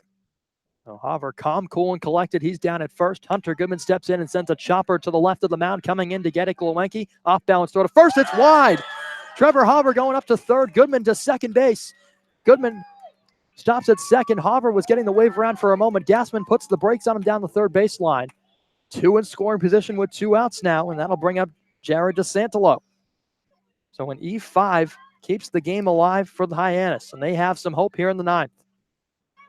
Well, it looked like Glowacki never got a full grip on that ball when he charged in. First off, it was a tough play to begin with. That one was just off the end of the bat. He cued it right at the third baseman, Glowacki, who had to charge in, try to make the play on the run, a quick throw, and he couldn't quite do it all in time as it pulled the first baseman Beloso off the bag. And now the tying run stands at second base for Jared DeSantolo, who's all summer been one of the hottest hitters on the Cape. So Jared steps in. He's picked up 1 base hit tonight. He's walked and scored as well. That was in the last frame of the 8th inning. Facing Kieran Shaw, who comes set in the stretch. 2 in scoring position for Hyannis. The pitch. Fastball outside, a called strike, painting the black. Shaw on the season has struck out 9 and just surrendered his first walk to Trevor Hauver. He's given up 6 hits in the process as well, through 6 2/3 of work entering tonight. The 0-1. Jared swings and misses down in the zone, strike 2. Jared out of the box. He adjusts the gloves and takes a deep breath before stepping back in. Hyannis for the second time here in the 9th, down to their final strike. A pulse-pounding finish set here from Doran Park as Shaw comes set, and now time is called. DeSantolo wants to rethink some things again as he adjusts the gloves 1 foot out of the box. Kieran Shaw 1 strike away from locking down the win for Bourne. Here's the pitch. DeSantolo wave and miss, but he fouls it off just off the end of the bat, barely getting a piece of it by about a fingernail. Wow, that was close. And that honestly might have bailed Shaw out. That would have had a chance to score a run, but of course DeSantolo just fouls it off to stay alive as that ball skipped over the glove of the catcher, grew to the backstop. First base open for Jared. So the count still stays at 0-2 to DeSantolo. Looking to pick up an RBI on an 0-2 count. The pitch. Fastball cut and a miss. Strike 3. That's the ball game. Kieran Shaw blows a fastball by DeSantolo, and that does it for Hyannis here in the ball game tonight at Doran Park. That's the ball game, folks. The Harbor Hawks come ever so close to mounting the desperately needed comeback, but the Bourne Braves put the final nail in the coffin in the 9th, and they take it by a final score of 4-2. Tough one here tonight from Doran Park, Lyle. Yeah, well, Hyannis won the first contest 4-2 in a bit of a pitcher's duel. Now the same way out at Doran Park for the first match, except this one went on Bourne's favor. It was 2-2 in the bottom of the 8th inning. Hyannis almost got out of that one, but the wild pitch to play a runner from third gave Bourne that lead that they needed, and then Kieran Shaw just locked it down in the 9th. He worked himself into a little bit of trouble, but ultimately strikes out DeSantolo to end it. So Hyannis, hard-fought game. The pitching was really, really good tonight from both sides, but Bourne just kind of gets the last effort at the end. And there wasn't much offense to speak of, but Hyannis got a couple of lucky breaks, and they worked a few good counts. Trevor Hauver drawing his 3rd walk of the game, and that made things interesting. That set the table for Hunter Goodman, who reached on an E5 on a wide throw. That put 2 in scoring position, but Jared DeSantolo just unable to put the bat to the baseball and come up with the big hit necessary. So the final score tonight from Doran Park, once again, the Braves victorious by a score of 4-2. For Hyannis, 2 runs on 6 hits, no errors. For Bourne, 4 runs on 7 hits and no errors. Well, Lyle, looking forward now, Hyannis has put themselves in quite the hole at the bottom of the Western Division. With Bourne picking up another win tonight, they've reached 20 points on the season. A really tough spot going forward for this Harbor Hawk ball club. Yeah, and this is a game they really needed to pick up tonight. Not all hope is lost, but in terms of this team trying to mount their way out of the cellar, they're going to have to rattle off a few consecutive wins. They need to really put together a winning streak, something that they haven't quite done yet this season. They won the 2 in a row against Bourne, but they haven't put together a real winning streak. They're going to really need to win some games. They're going to need to pick up at least 1, probably 2 of their next 2 contests here at Doran Park against Bourne later in the season. And then they're also going to have to hope for some help elsewhere around the league and kind of cross their fingers that Bourne can drop some games. So, but most importantly, Hyannis just has to find a way to rally off some wins. They have to find a way to get themselves on a little bit of a winning streak and get the momentum going. Again, we've seen the nights where the offense has been really good, a la back at Spillane Field in Wareham on Sunday. And then we've seen nights where the pitching is really good like tonight, but they need to find multiple games where the two can click together and they put together some real rallies and rally off some wins as a result. That's what it's going to take. Well, that's going to have to start tomorrow. Hyannis is going to have to put this one in the rearview mirror. They'll take on the Orleans Firebirds tomorrow in their second visit to Eldridge Park. First pitch tomorrow night is set for 7 p.m. Once again tonight, the final score, the Bourne Braves 4, the Hyannis Harbor Hawks 2. We'll talk to you tomorrow night. First pitch at 7 p.m. from Eldridge Park. For Brendan Howe and Lyle Goldstein signing off. We'll talk to you tomorrow night.